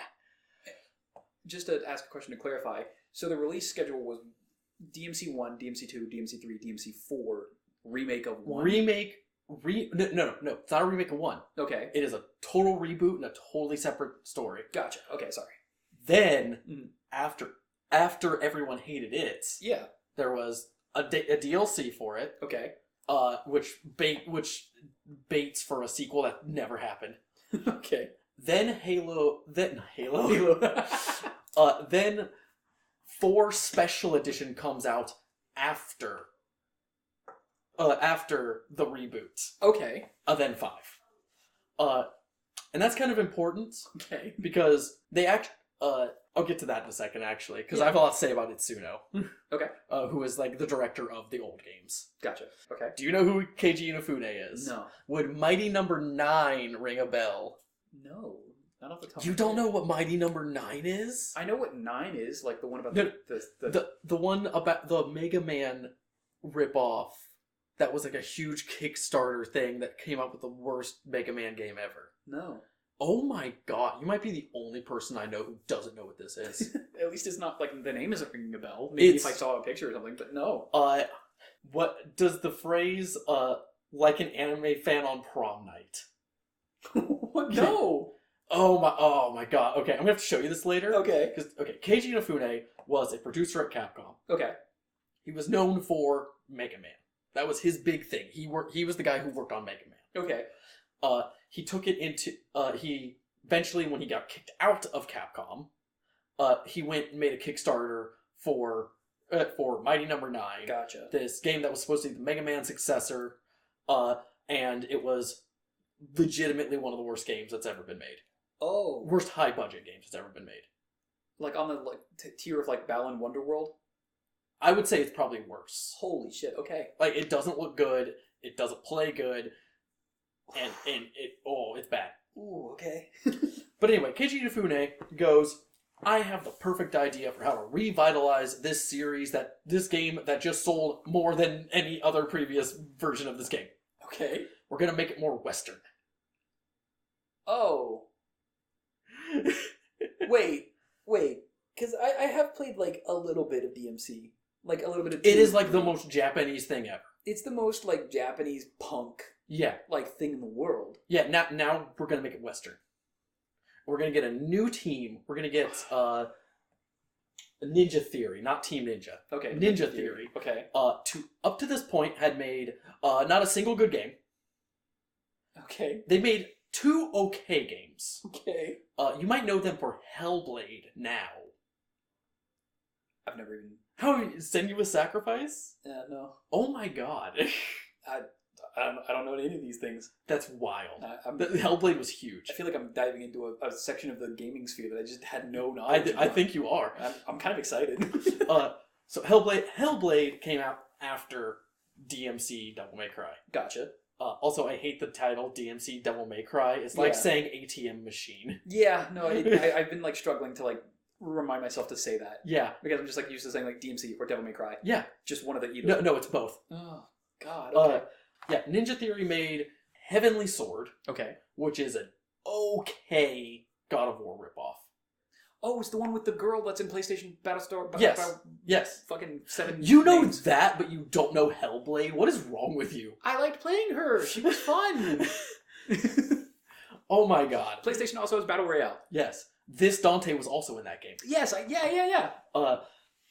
Then they also made a game Enslaved: Journey to the West. Okay. That game was just bad. Okay. So they made 2, and then before that they made like a bunch of just absolute garbage. Okay. Like Heavenly Blade was like Heavenly Sword was like the first good one, Mm-hmm. and then they made 3 shitty games, and then Hellblade. Okay. Okay. So this is the first time and this is also the first time working on a property that is not their own. That's always a recipe for disaster. Oh boy. Yeah. Oh boy. Yeah. So that's kind of the background of how this game came to be. Mm-hmm. Actually, no, I have one more thing to say about that. Originally, Yeah. You've seen this Dante's design. Yes. The very punk, drug addict look. Yes. guy. Yeah. They originally sent back a few renders of what we want Dante to look like. And he actually looked like very similar to the original. Okay. They were told to make it different. They're told to make it as different as possible. Just to make it So, stand out originally against- they wanted to kind of keep it, pretty faithful. Right. And Inafune told them, no, change it. They wanted him to stand out against the other 4 games. Yes. Okay. There's a famous PowerPoint Mm-hmm. of what Dante is and what Dante isn't, and it has a bunch of different renders of their version of Dante. One was this big gutted biker looking guy, which is the most ugly character I've ever seen in my life. Yeah. There's one that kind of puts the pin on we don't know what we're doing though. Okay. And it's in the what Dante is and what Dante isn't section. And there's what Dante isn't. Dante is not a gay cowboy. Dante is the gayest cowboy. I was literally about to say, he is... He wears chaps in 4. I feel like you just saying, you are not a gay cowboy to him would be an insult. Yeah, he'd probably laugh if you called him a gay cowboy. And then, finger guns. Yeah. Or if you straight up said, you are not a gay cowboy, he'd be like, I'm the gayest cowboy, thank you. And then stab you. So that's kind of the background of how this game came to be. Yeah. I do have some good things to say before we get to the story. Okay. Because basically everything bad I have to say is the story. Gotcha. This game, Itsuno did help with this game. He helped tune things up. Itsuno is the guy behind 3 and 4. Okay. So he helped them tune up some of the moves, make them punchier, make them feel better. Mm-hmm. The original version of this game had a very awful mechanic where devils could only be hurt by devil weapons, and angels could only be hurt by angel weapons. Okay. It made doing anything interesting impossible, because you would just bounce off and do nothing. Right, it's the same complaint that I had about Halo, of you are presented a problem and there's only one solution. And they fixed that. Okay. They the definitive edition of this game took it's something like 150 mods that one guy made and just wrapped them all into the game. Oh, well, I mean, good on them for realizing that things needed fixed. And it turned it into a legitimately very fun to play game. Oh, okay. The combat in this game is actually really cool. Yeah. It also introduced a lot of things that would carry on into 4 Special Edition and 5. Oh, okay. The Void, your quick try out new moves thing, didn't exist until this game. Okay. Hold on, I have a list of things that were added in this game because it's just so many interesting things. And just to get a quick point of in the franchise, what would you say the level of love is for each of these games? Do you think it's 1, 2, 3, 4 is the most loved, or Absolutely not. Oh, okay. It's 1. No, it's 2, 1, 4, 3. Okay. 4 was very rushed and had a very small budget, and still sold better than every other game in the series. Gotcha. But it's very clear that 3 had the most put into it. Mm-hmm. 1 is still a fantastic game, but it's very clearly they were still figuring out what this thing even is. Gotcha. Okay. 2 is an abomination. Never play 2. Okay. 2 is worse than this game. Okay. By a long shot. So do you think 1 is better than this game, or do you think... Absolutely. Okay, so this is second to bottom. Well, that's hard to say. I think this game's combat works better than 1's, but 1 has a much better story. Okay, fair. All right, so sorry, I interrupted you on things that were introduced.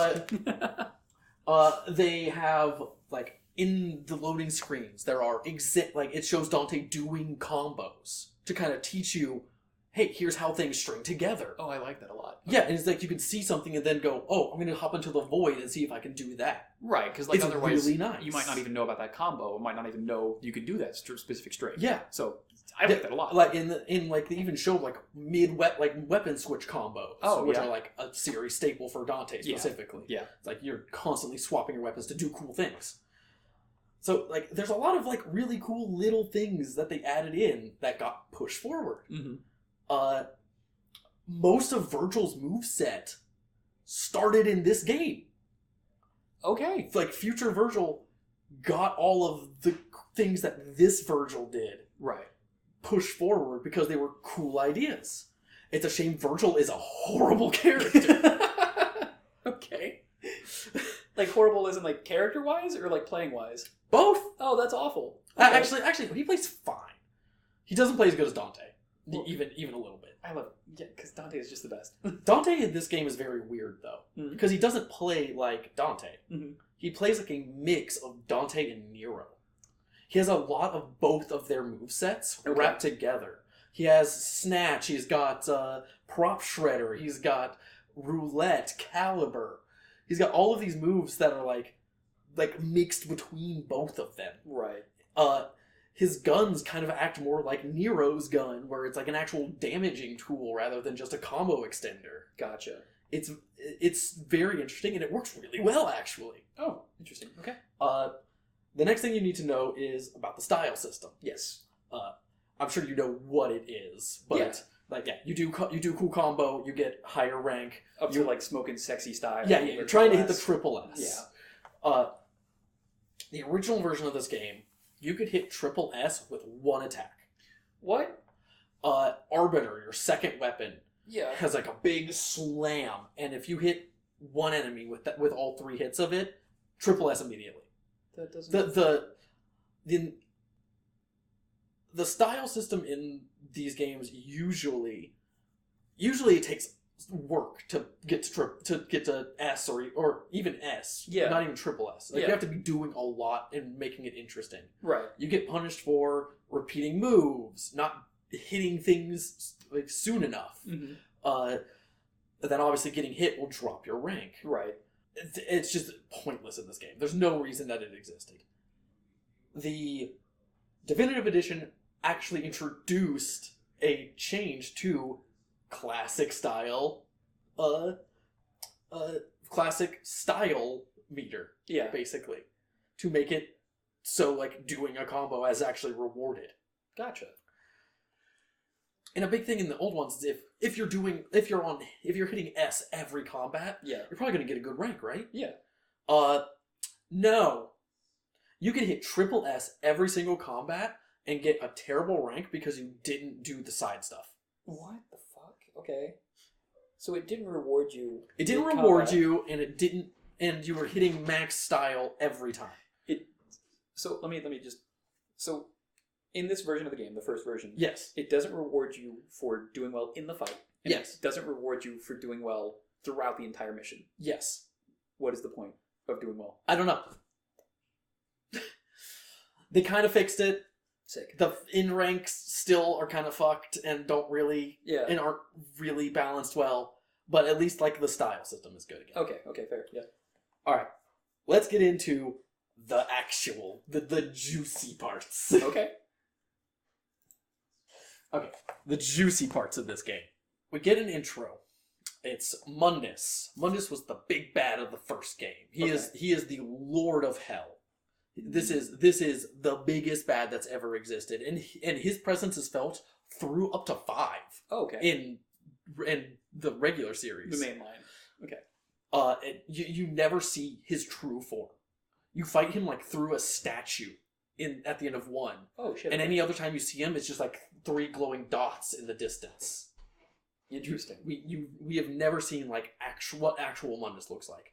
In here, he looks like Joe Rogan if Joe Rogan took more steroids.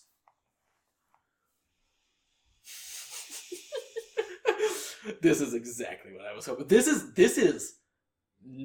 nothing yet. Oh, this is your reaction now.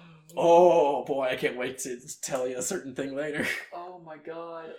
I'm imagining this gay cowboy beating up on Joe Rogan, and I'm just... Well, don't Man. imagine that. Imagine a meth head doing it. Because that's who beats him up. Okay. Anyway, we get this intro with Mundus. He's talking on the phone. Okay. He by the way, Mundus is like the CEO of everything. So is Joe Rogan. Yeah, so it makes sense. He's just a megacorp CEO, and he's talking to the President of the United States. Oh my god, so did Joe Rogan. Extorting him. He's extorting the President of the United States. Okay. There might be some anti-capitalist undertones in this game. What? You're telling me the punk? Or maybe overtones is a better way. Oh. It's maybe the most heavy-handed... Extremely overt tones. It's just... We'll get to it. Okay. Alright, so he's extorting the president. There's some mysterious deal. I don't think we ever find out what the deal even is. It's just there to just be like, hey, he's super powerful and he owns everything. Okay. He hangs up the phone, tosses it aside, and we see maybe the most plastic doll-looking woman I've ever seen in my life. Okay. She's kind of supposed to look like that. So she's supposed to be like horrible, like done too much plastic surgery kind of thing. Okay. She's like a skinwalker. I was about to make a political reference, but I'm going to avoid that for now. Hold up for now. Pump the brakes on that a little bit. Yeah. But like she like literally like the skin she's wearing doesn't fit her body. God. Like okay. she actually has to like tie skin back. Ooh. Yeah. Ooh. Anyway. Yeah. So she's like, "Oh, our plans almost come to fruition," and he's like, and then Mundus is like, "No, we got to take care of one more thing. There's one more loose end. The son of Sparta, Dante." Dante in this game does not know he is a son of Sparta. And if Mundus just didn't do anything, Yeah. this whole game would happen, and Mundus would win.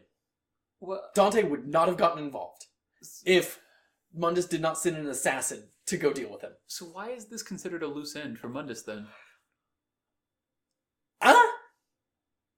Like, why is it considered a loose end? So Sparta in the original games, yeah. he is this big, crazy bug demon. The line is he woke up to justice. He betrays hell and seals hell away.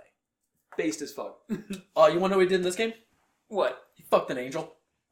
Well, I mean, like, can't blame it, dude. But what? That's it. That's all he did. That's all he did. That's all he did. That's all he did. He didn't like cause some big revolution. He didn't like bring about like the sealing of hell and like stop Mundus from taking over.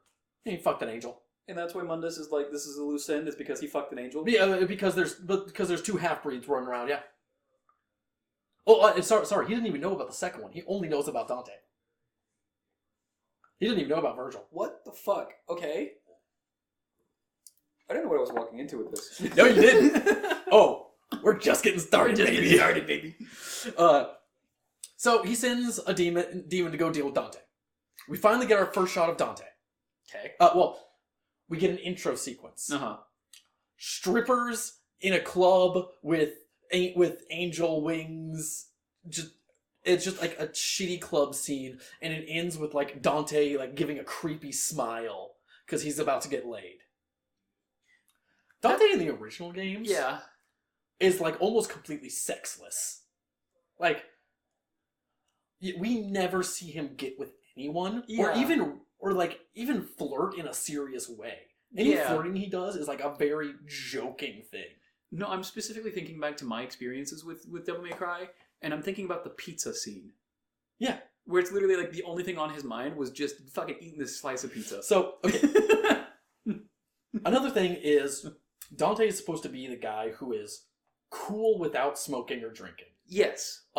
It's a big running gag in the series. Yeah. That anytime someone smokes, everyone else in the room is like, "Man, cut that shit out." Why are you like smoking? DMC 5 opens up with like a bit at the bottom at the end of the first cutscene that says, Capcom does not support smoking. Wow. Like it's a recurring joke that goes through the whole series. The first thing we see this guy do is wake up in a trailer Yeah. that he lives in. He lives in a trailer. Of course. Smoke, take a thing of whiskey, drink that. Not a good start. Then we do get something legitimately good. Okay. We get the demon shows up, flips his trailer, and we get a legitimately, like, a good Dante moment of him flying through his trailer, putting his clothes on. Oh, that's sick. While the trailer flips around him. That's actually really sick. It's a super good, like, this is what Dante should be doing. This is a cool Dante moment. This is too cool for school punk Dante. That is the fucking gay cowboy. Yeah, this is exactly what you want to see when you see Dante. How fucking... just for a moment, just to throw it a little bit, like, how cool of a character to be like, oh, there's someone here to kick my ass, let me get dressed in my ass-kicking outfit real quick. Like, he is completely naked, and there's even, like really good, like, convenient censoring, which is, like, what you would expect in this scene. Yeah. See, it's really well done. It's probably, sadly, the best shot in the whole game. That's fucking hilarious. It's really cool. It kind of starts going downhill from here. God, we had very similar...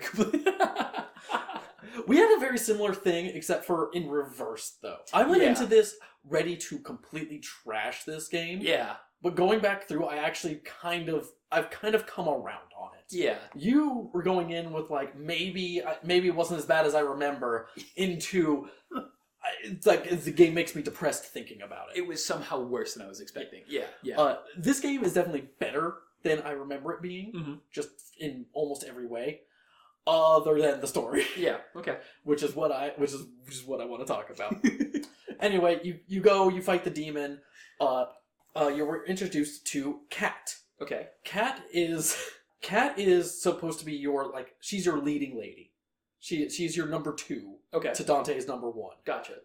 She's a psychic. And this is where we learn that everything that you're seeing, like, fighting all the demons exist in limbo. So anytime you're, like, fighting demons, you are sucked into limbo. And everything that you're doing is still happening in the real world, but people can't see the demons. Can they still see Dante? Yes. Oh, so they just think he's insane. No, this comes up later. Okay. We will get to that, actually. Okay. But Kat is a psychic who can kind of communicate between worlds. Yeah. She's kind of a nothing character. Oh, okay. And she's one of the 3 characters in this game. Okay. She doesn't really do anything the whole game. When the game came out, they were talking her up big as, this is the woman, this is a real strong female lead, not like the prostitutes with guns in the previous games. That is the quote. Now, I'll give them the benefit of the doubt. I think they were kind of just trying to gas their own thing up and kind of show, like, this is a hardcore punk thing, so they're trying to act it up.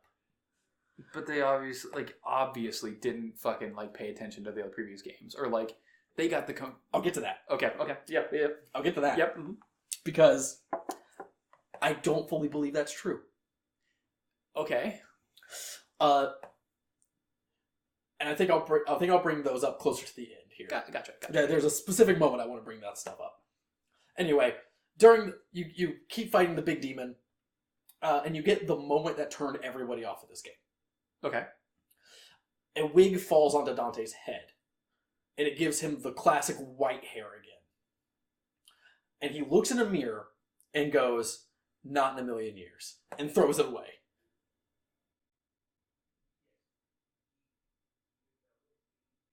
Keep that one in your mind. That one specifically, keep in your mind. Locked in there. Okay. Anyway, we kill the boss. Yeah. Kat introduces herself more formally, and tells you, "Hey, you should come join us. We're the revolutionaries. We're gonna go take down Mundus." And Dante's like, "I don't know what that means." "Sure thing, girl." Dante in this game is an idiot. What motivation does he have? His motivation is, some guy tried to kill me. I want to find out what that's about. Okay, you know what? It's not a terrible motivation. That is a Dante motivation. It only kind of goes so far though. Yeah. But anyway, gets back to like the rebel base. Yeah. The rebel base when we meet Virgil. Okay. In the original version, so Virgil in this game, to make him different from Dante, is he's like a classic prep looking guy. Okay.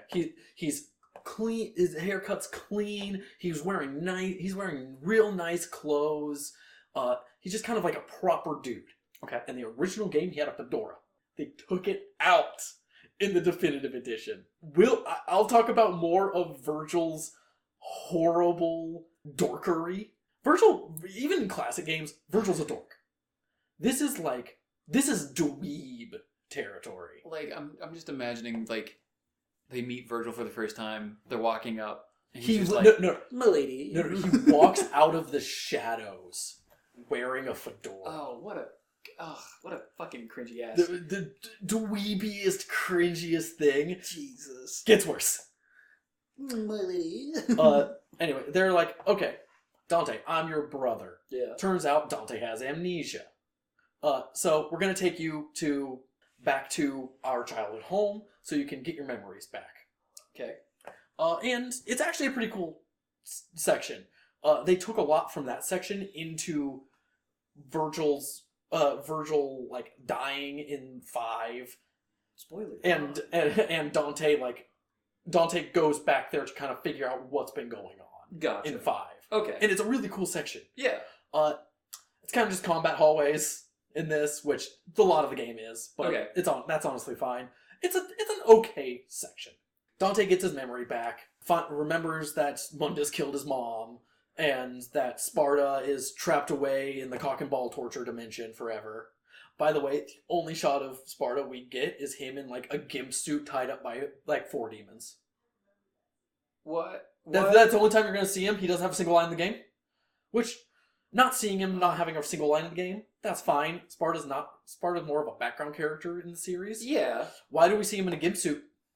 Well, yeah, no, I'm trying to, like, figure that out. Like, I'm trying to piece that together. I've been trying to piece that together for 14 years?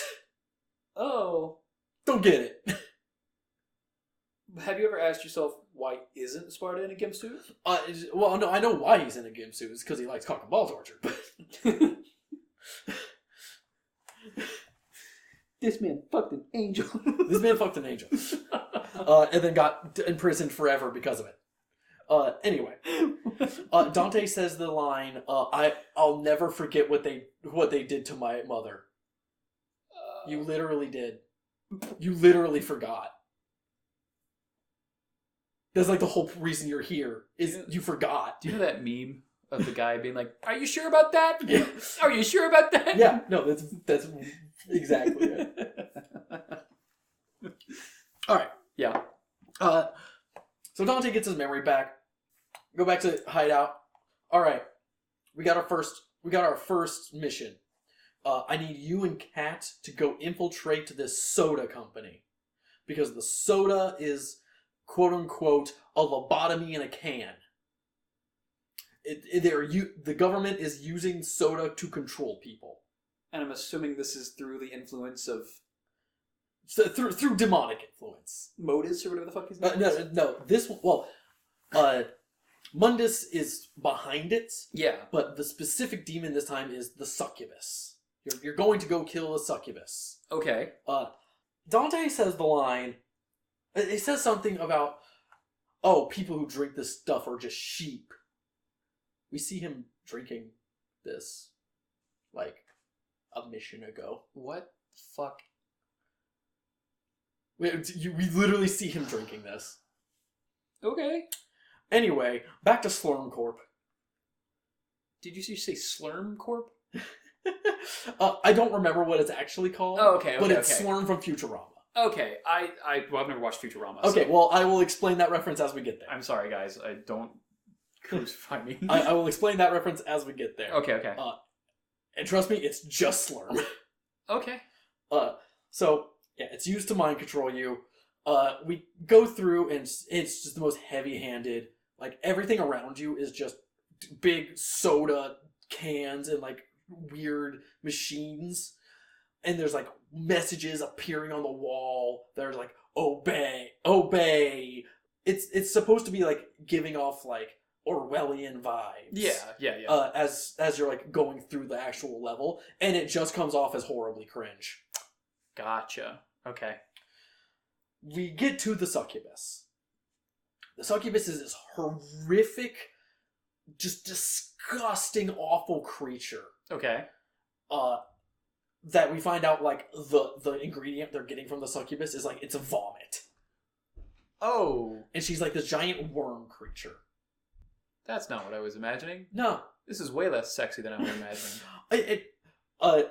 And I actually I like the idea of like, oh, the succubus isn't actually attractive. Yeah. It's a mind control thing to make you think that. But they don't do anything with that. Oh, it's just ugly to be ugly. It's just ugly? It's just ugly to be ugly. It's just ugly worm. Yeah. Worm.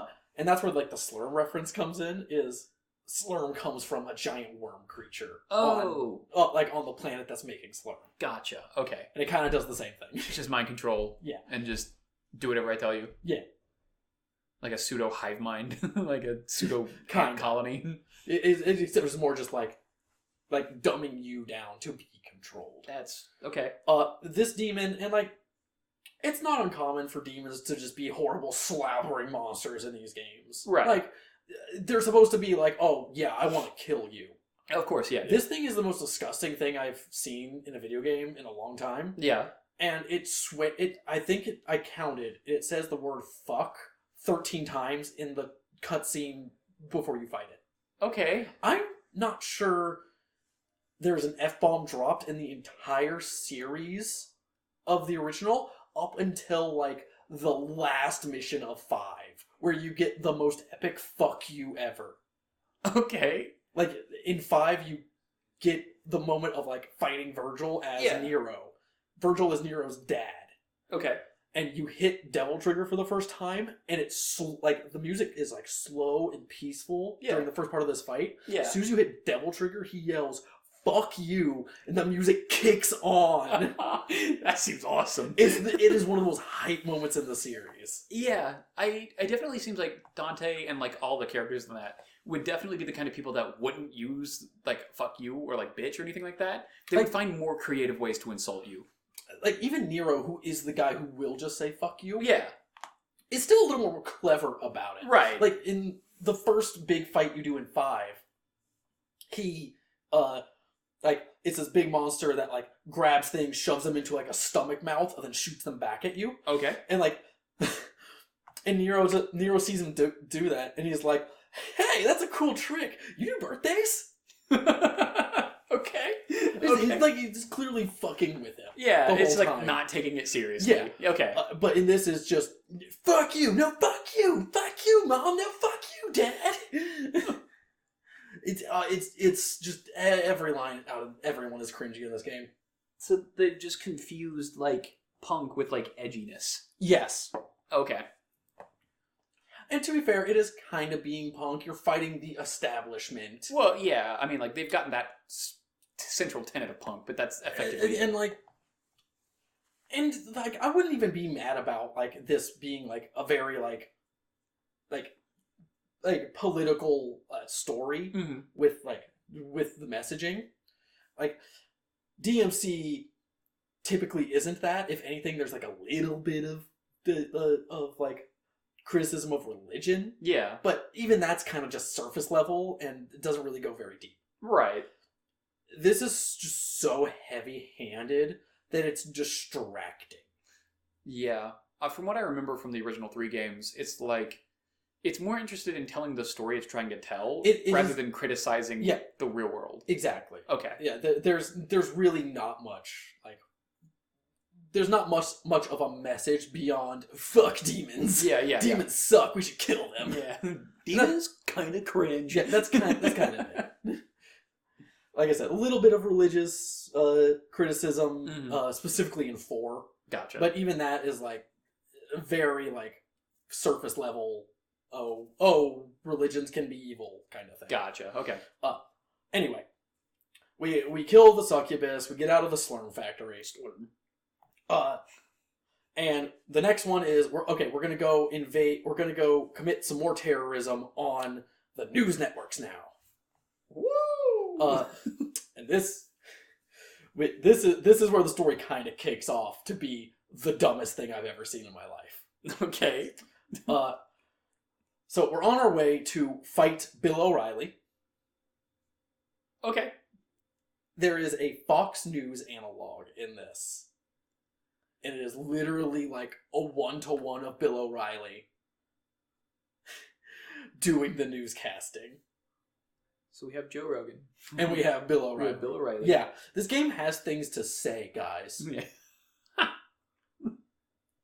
Believe it or not. It's like not even subtle about the Yeah. fact that it's Bill O'Reilly. That's Like okay. he might as well just say fuck it, we'll do it live. In fact, he might even actually say it. That's fantastic. Okay. I think he does say something very similar when you go to fight him. But anyway, on the way to the fight, you have to go through a bunch of like weird obstacles, and it's like it's a few levels before you even get to the actual thing. Okay. You meet a character. I cannot remember his name. Mm-hmm. He's like this demon dude with like missing half his head. Okay. And he recognizes you. He goes, "Oh, you're Dante." And Dante's like, "Who the fuck are you?" Right. Like, "Oh, I knew your dad." You're not living up to your potential. I got to teach you how to unlock your potential. All right. So he teaches you how to go into like your mind palace, and you unlock DT. You unlock Devil Trigger. Devil Trigger. Yeah. In maybe the lamest Devil Trigger, like first time Devil Trigger ever. The few times that we do see like the initial time it happens, it's through like extreme stress and trauma. Right. Like in 3, Dante is on the ground dying from his fight with Virgil, and Virgil finishes him off by With a stabbing sword him strike, yeah. with Rebellion. Yeah. He stabs him with his own sword. Yeah. And he does that really cool thing of like just like Yeah, he is like slowly like feels it coming and then pops into demon mode. yeah. Nero, the first time we see it, he's again up against the wall, stabbed multiple times. Right. And Yamato is just in front of us. Yeah. And Yamato like feels like his connection with Virgil, so it flies into his hand, and he goes Super Saiyan. That's awesome. And then the last time is when Nero gets his actual DT, and it's Dante and Virgil are up there fighting. He doesn't know what to do. He's extremely distraught, and he calls up his wife. Yeah. For like, what should I do here? And she tells him, "Hey, go follow your heart." And he goes running up back to them. Yeah. And like partway through, like gets like the emotional strength to just explode into it. And it's an awesome moment. This, he just kind of goes, "Oh yeah, Mom and Dad were kind of cool." Demon mode. And this is where I need to talk about, and this is where we're going to go back to that "not in a million years" quote. Not a million years. Yeah. Because DT in this is not devil mode. Okay. It's, I have white hair and a red jacket. What? Does he just like become a bishop? Is he just like a fucking... No, he goes into classic Dante look. Oh. What? But I thought they didn't want that. Yeah. And this is kind of where I think that they did know, they did kind of try to pay reverence to the original series. Right. But both because of their attitude and from Capcom's directive, kind of just made it seem a little more mean-spirited. Yeah. Because there's a few other things that they do a lot of callbacks to the original games. You finish the first boss with Dante recreating the cover art for DMC 3. Okay. And there's a lot of little moments like that here and there where it's like, oh, that's a cool callback. Right. This is something from the previous games. There's a lot of those just sprinkled throughout. Okay. So I think they were trying to, but just couldn't. Gotcha. And then higher up decisions were making it so it's like, nah, just kill this. Okay. Yeah, because it feels very weird to both simultaneously be like, hey, yeah, we don't like this thing, we don't want this thing, and then to immediately be like, but we want this thing. But we're doing shit that you've seen in the previous games as an homage to those previous games. Yeah. Yeah. So it's super weird. It's a very strange like back and forth between things. Yeah. But anyway, we get to the news network, Mhm. and it's a prison. Like the Demon World version of it is a prison. Okay. Yeah, it's a metaphor. You're locked in a prison. You're locked in a prison of ideas from Fox News. Okay. Yeah, they're really. It is. No. I don't think you're appreciating the subtlety of these comments.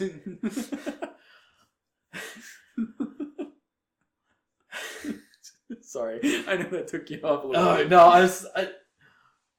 I was gonna say something. I'm gonna hold that for another time. Okay. It was just it's so fun, just how dumb it all is. But anyway, we fight Bill O'Reilly. Okay, Bill O'Reilly. Yep. Mm-hmm. And it's actually a really cool boss fight. Okay. He's like a big floating head, and it's mostly like dodging projectiles until you can get up to him, and then you hit him a bit, and he flies out of it. Okay. But he'll hit you with a move that then takes you to like a live camera of like what's going on, and we see moments from earlier levels from like a camera view of Dante killing a bunch of demons, and you're playing from that like far out third person perspective. Oh, okay. While he's narrating about how you're just killing people and how you're a terrorist. Oh. I kind of fuck with that. It's actually really cool. It's a really cool bit. Yeah. It's like the only good bit in the rest of the game. Everything else is downhill. Damn it. I thought we had something. Right. That was the first thing I thought was like, does other people see him doing it and Yeah. stuff like that? So And we get confirmation of people are seeing him like do insane, like it looks like terrorism. Yeah. But he's killing demons. And then for the enemies to use that like part of the world to their advantage. It's kind cool. of cool. It's actually really cool and well thought out thing. Mm-hmm. Man, I wish they had that thought for like anything else. Great. Fuck it, dude. I didn't even like it. Whatever. Just take it back. Alright, so we kill Bill O'Reilly. Yeah. And the last thing Bill O'Reilly says is there is a raid currently happening at the Revolutionary home base. Like SWAT is there. Okay. So Dante's like, fuck, I gotta get back. Right. We get back. You're fighting your way through a bunch of SWAT guys. Okay. They are killing people indiscriminately. Okay. They're putting people on their knees and putting a bullet in the back of their head. Oh. This is not we're arresting you. This is we're killing everybody. This is an extermination. Yes. Okay. You finally catch up to Kat and Virgil. Okay. You get separated. You and Virgil are in limbo. Kat's in the real world. You have sorry. Before that, you have to go rescue Virgil. Okay. Because Virgil's a weak little bitch. You're telling me the fedora tipping, walking out from the shadows. Virgil's the final boss. What? So we have to rescue Virgil. Okay. Who he just can't do it himself for some reason. You telling me Joe Rogan is not the final boss? No. Joe Rogan is not the final boss. What the fuck? I'll get to it when we get to it. But Virgil does nothing in this whole game. We don't even see him swing a sword until the end. Okay. Anyway. He at least tips some fedoras. No, they took that out! They took it away from him. They took out the fedora! Anyway. So yeah, you rescue Virgil and are like, okay, we're gonna set off the bomb in the place to kill all the SWAT guys. Okay. Oh, hold on. First, I gotta get all of my data off of my computer.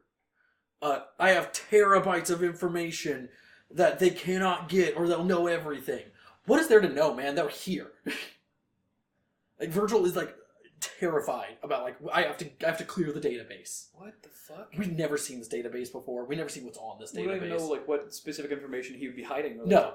Oh, okay. No, I assume it's just a bunch of porn he doesn't want to see other people seeing. You gotta share the love, man. Just share the love. But we finish that segment, and a bunch of SWAT guys start coming in. Yeah. And, okay, so Kat is in the real world. Okay. You're in limbo. Yes. So you can't save her. Right. You cannot get out of limbo right now. Right. Save her. So Dante tells her, get on your knees, put your hands up, and surrender. Do not fight back. Okay. Forget for a moment that we saw them putting bullets in the back of people's heads. I was literally just going to say that, so she's just going to get executed. So she gets shot. Oh. What? Through the shoulder. No. She gets shot through the shoulder. What? And then they arrest her. Why? I don't know. They arrest her so the next section can happen. What? Yeah. So they're executing people. But not this one. But not this one. Not this one. But they did shoot her. They did shoot her. But not execute this one. No. She shot through the shoulder. She's gonna be fine. She's just injured. Just a limp arm for a little bit. Yeah. Oh. So you get a videotape from Mundus, or you get a message from Mundus. Okay. Hey, surrender Dante, and we'll give you Kat back. And that's like where you figure out, oh, he doesn't even know who Virgil is. This is perfect. We have a trump card in our hand. Right. And Virgil is just like, well, that sucks. I guess Kat's dead. And this is kind of where like the split starts to happen. Okay. Of like Dante's like, what are you talking about? No, we got to go save her. Right. And Virgil's like, what? No, we're not going to do that. You're crazy. That's stupid. Kind of makes sense for Virgil's character, though. It doesn't up to this point. Right. Up to this point, he is like all about saving humanity and like we're going to liberate humans. Oh, okay. Never mind. We'll get to Virgil's motivations later. I was thinking about like the Virgil that I knew. Oh yeah, no.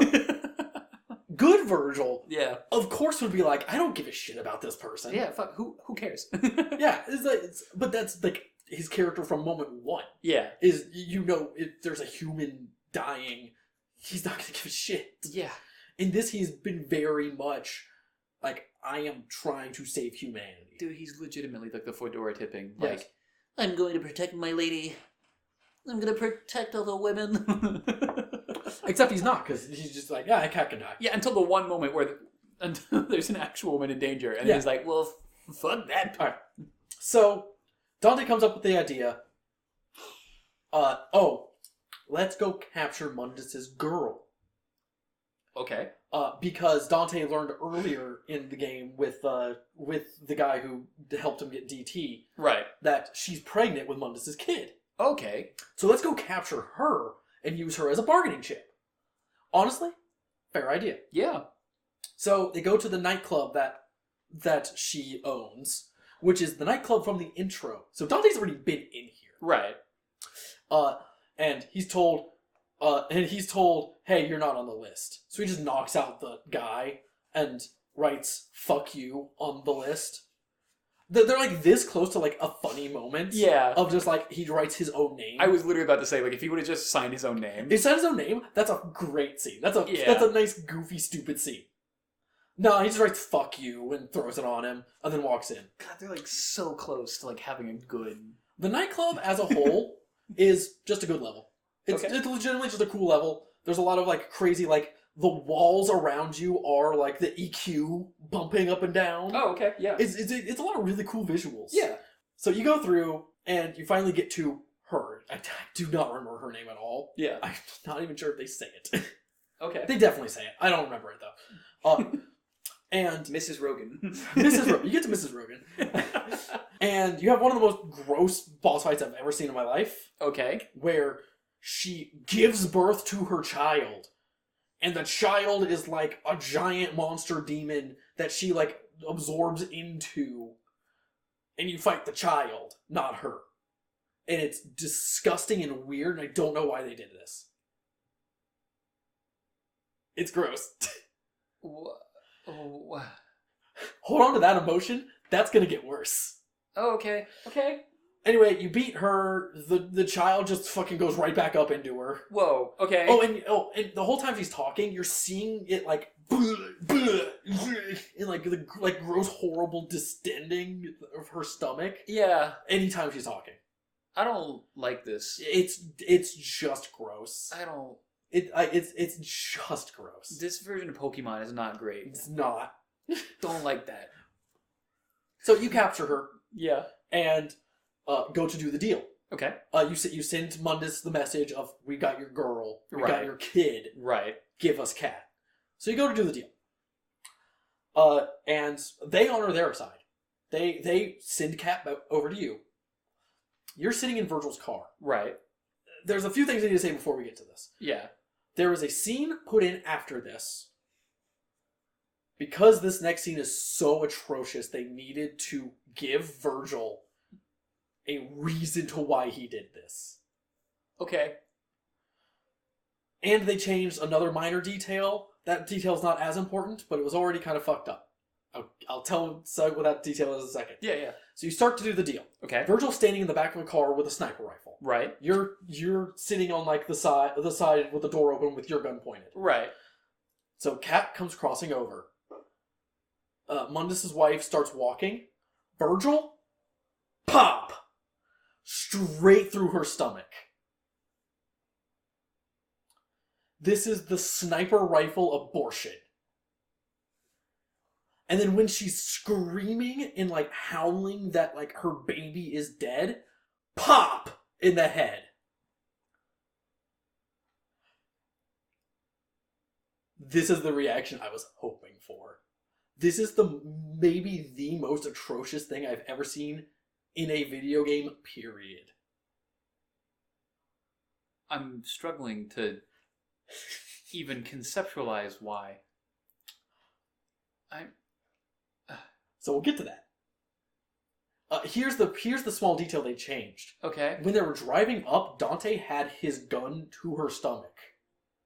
In the changed version, he just has it resting in his lap. So in the original version, he's like threatening it anyway. Okay. Like Dante is. Anyway, shit goes wrong because Virgil just did that. And now you drive away in the Virgil mobile. So much is happening. So you drive away in the Virgil mobile. Well, Yeah. Cat and Virgil drive away in the Virgil mobile. Okay. Meanwhile, Dante has to stop the crazy power waves coming off of Mundus because you just killed his wife and his baby. Yeah. So he's like destroying the city. So Dante is like jumping around, stopping time, and like fixing things. Because Right. Virgil can't do anything. Virgil just can't do things. So he just has to drive away in his car that says Virgil on it and has a big V on the dash. Oh my god. Virgil put his own name on his car. I feel like I've been like flashbanged. Like a concussive grenade just was thrown down here. Yeah. I know, like, we talk a lot about, like, what we're gonna, like, shoot and, like, what specifically we're gonna This talk is the about. moment that I've been hyping up to you as the worst thing I've ever seen. I think that legitimately just made me disassociate from all I of it. think it did. I'm losing my mind a little bit. I'm just like... Sniper rifle abortion. We've been friends, right? We talk about things, crazy things. I don't think I ever could have predicted those words ever being combined together. That's why I was so excited to tell you about that bit. Oh my god. Because in what world do you even think about this? It's so insane and disgusting.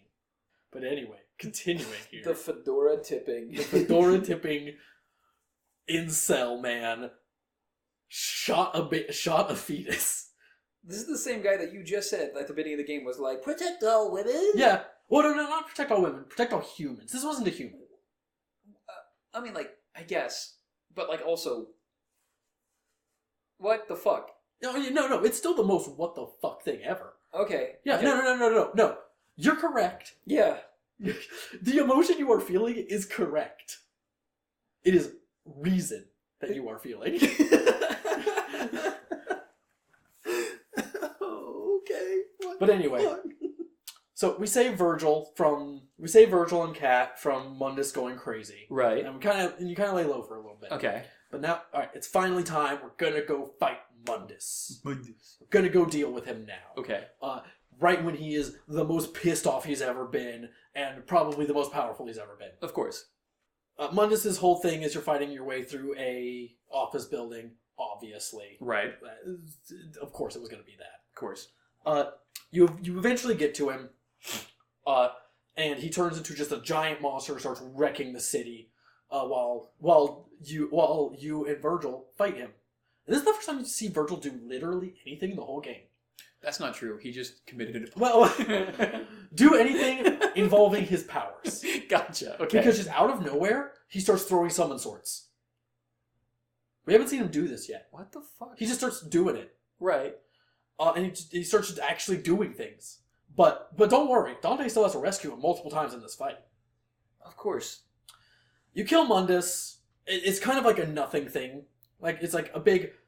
we saved the day. We saved the city, Patrick. And you look out and the city is gone. Okay. It's just gone. And they're literally like, yeah, we saved it. It's the SpongeBob bit. Okay, cool.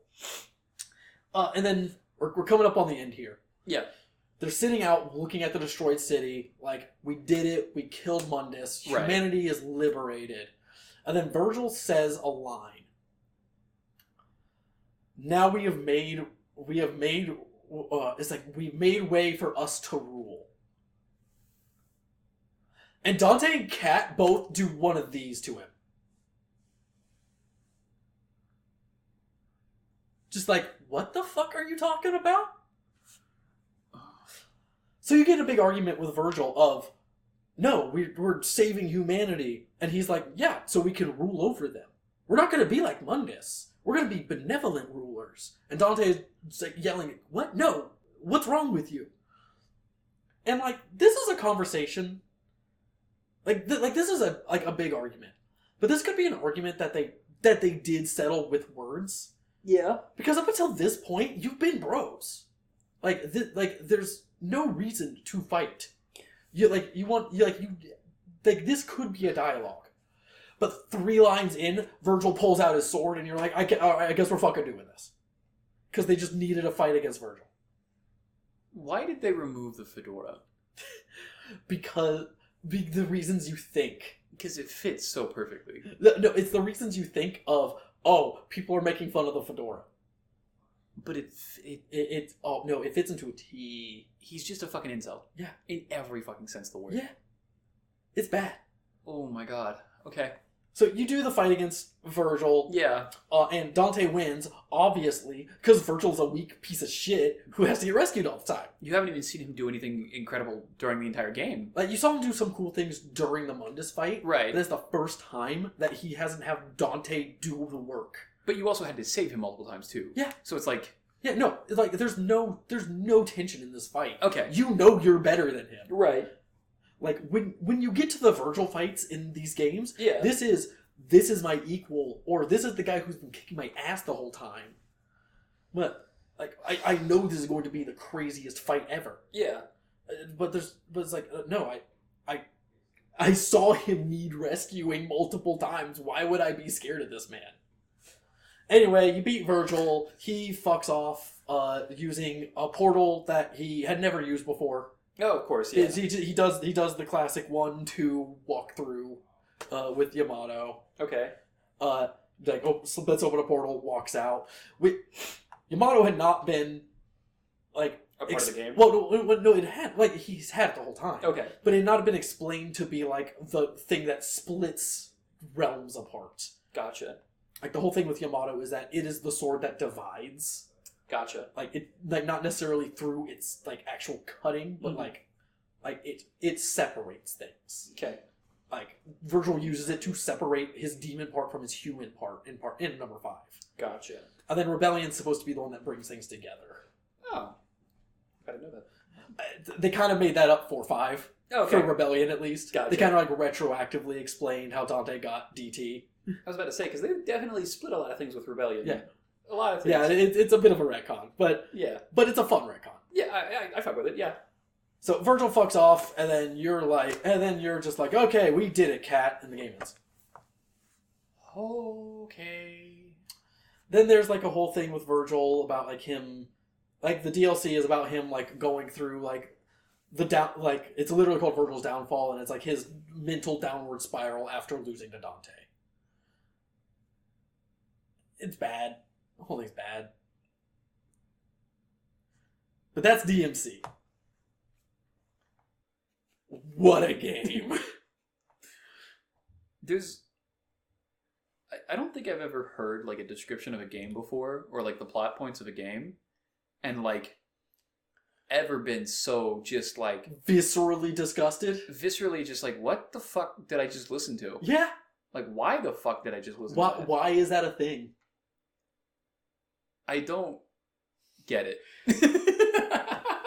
And the oh, sorry, I forgot to go back to this. Yeah. The reason that the scene that they cut in. Yes. For Virgil's reasoning. Yes. Was it was destined to be evil. We had to kill it now. What? It's literally the baby Hitler argument. Yes. Hitler was always going to be evil, obviously. What the fuck? It certainly wasn't the circumstances around him that made him that way. I don't think I like this game. Very fun gameplay. Yeah. Oh man. Yeah. There's a reason this game got debooted. Oh my god, yeah. Holy shit. It's bad. It's real bad. How did they... I'm just trying to imagine, like... Who storyboarded that and went... And then, like, multiple people looked at it and went, yeah, let's do that. Multiple executive level people. Had to have looked at that and went, perfect. Perfect. Ship it. What the fuck? No one at any point went, this is fucked up. We should not do this. Nobody went, this is fucked up, and also this Virgil character is kind of an incel. Like, we can at least make him compelling. Virgil's supposed to be, like, is supposed to be the coolest motherfucker around while being a massive dork. Yeah. He's just an incel in this game. Dude, what the fuck? I'm sorry. Like, I don't know what to say at all, because I'm just so fucking flabbergasted. Yeah, no, that's correct. I was literally speechless, and I genuinely did for just a moment just disassociate. Yeah, I know, I can tell. I immediately was just like, what the fuck? That's DMC for you. You managed to find a line of words that literally just fucking broke my brain in half. I've been so excited to tell you about that moment specifically, because I wanted to know your reaction, and you had the exact reaction I was hoping for. I was preparing myself, too. Yeah. Like, I prepared myself for something crazy. No way you could ever expect no sniper rifle abortion. You could have given me 100 years and thousands of, like, potential hints, and I would have never fucking pieced that together. Never. Alright. I think we should wrap it up here.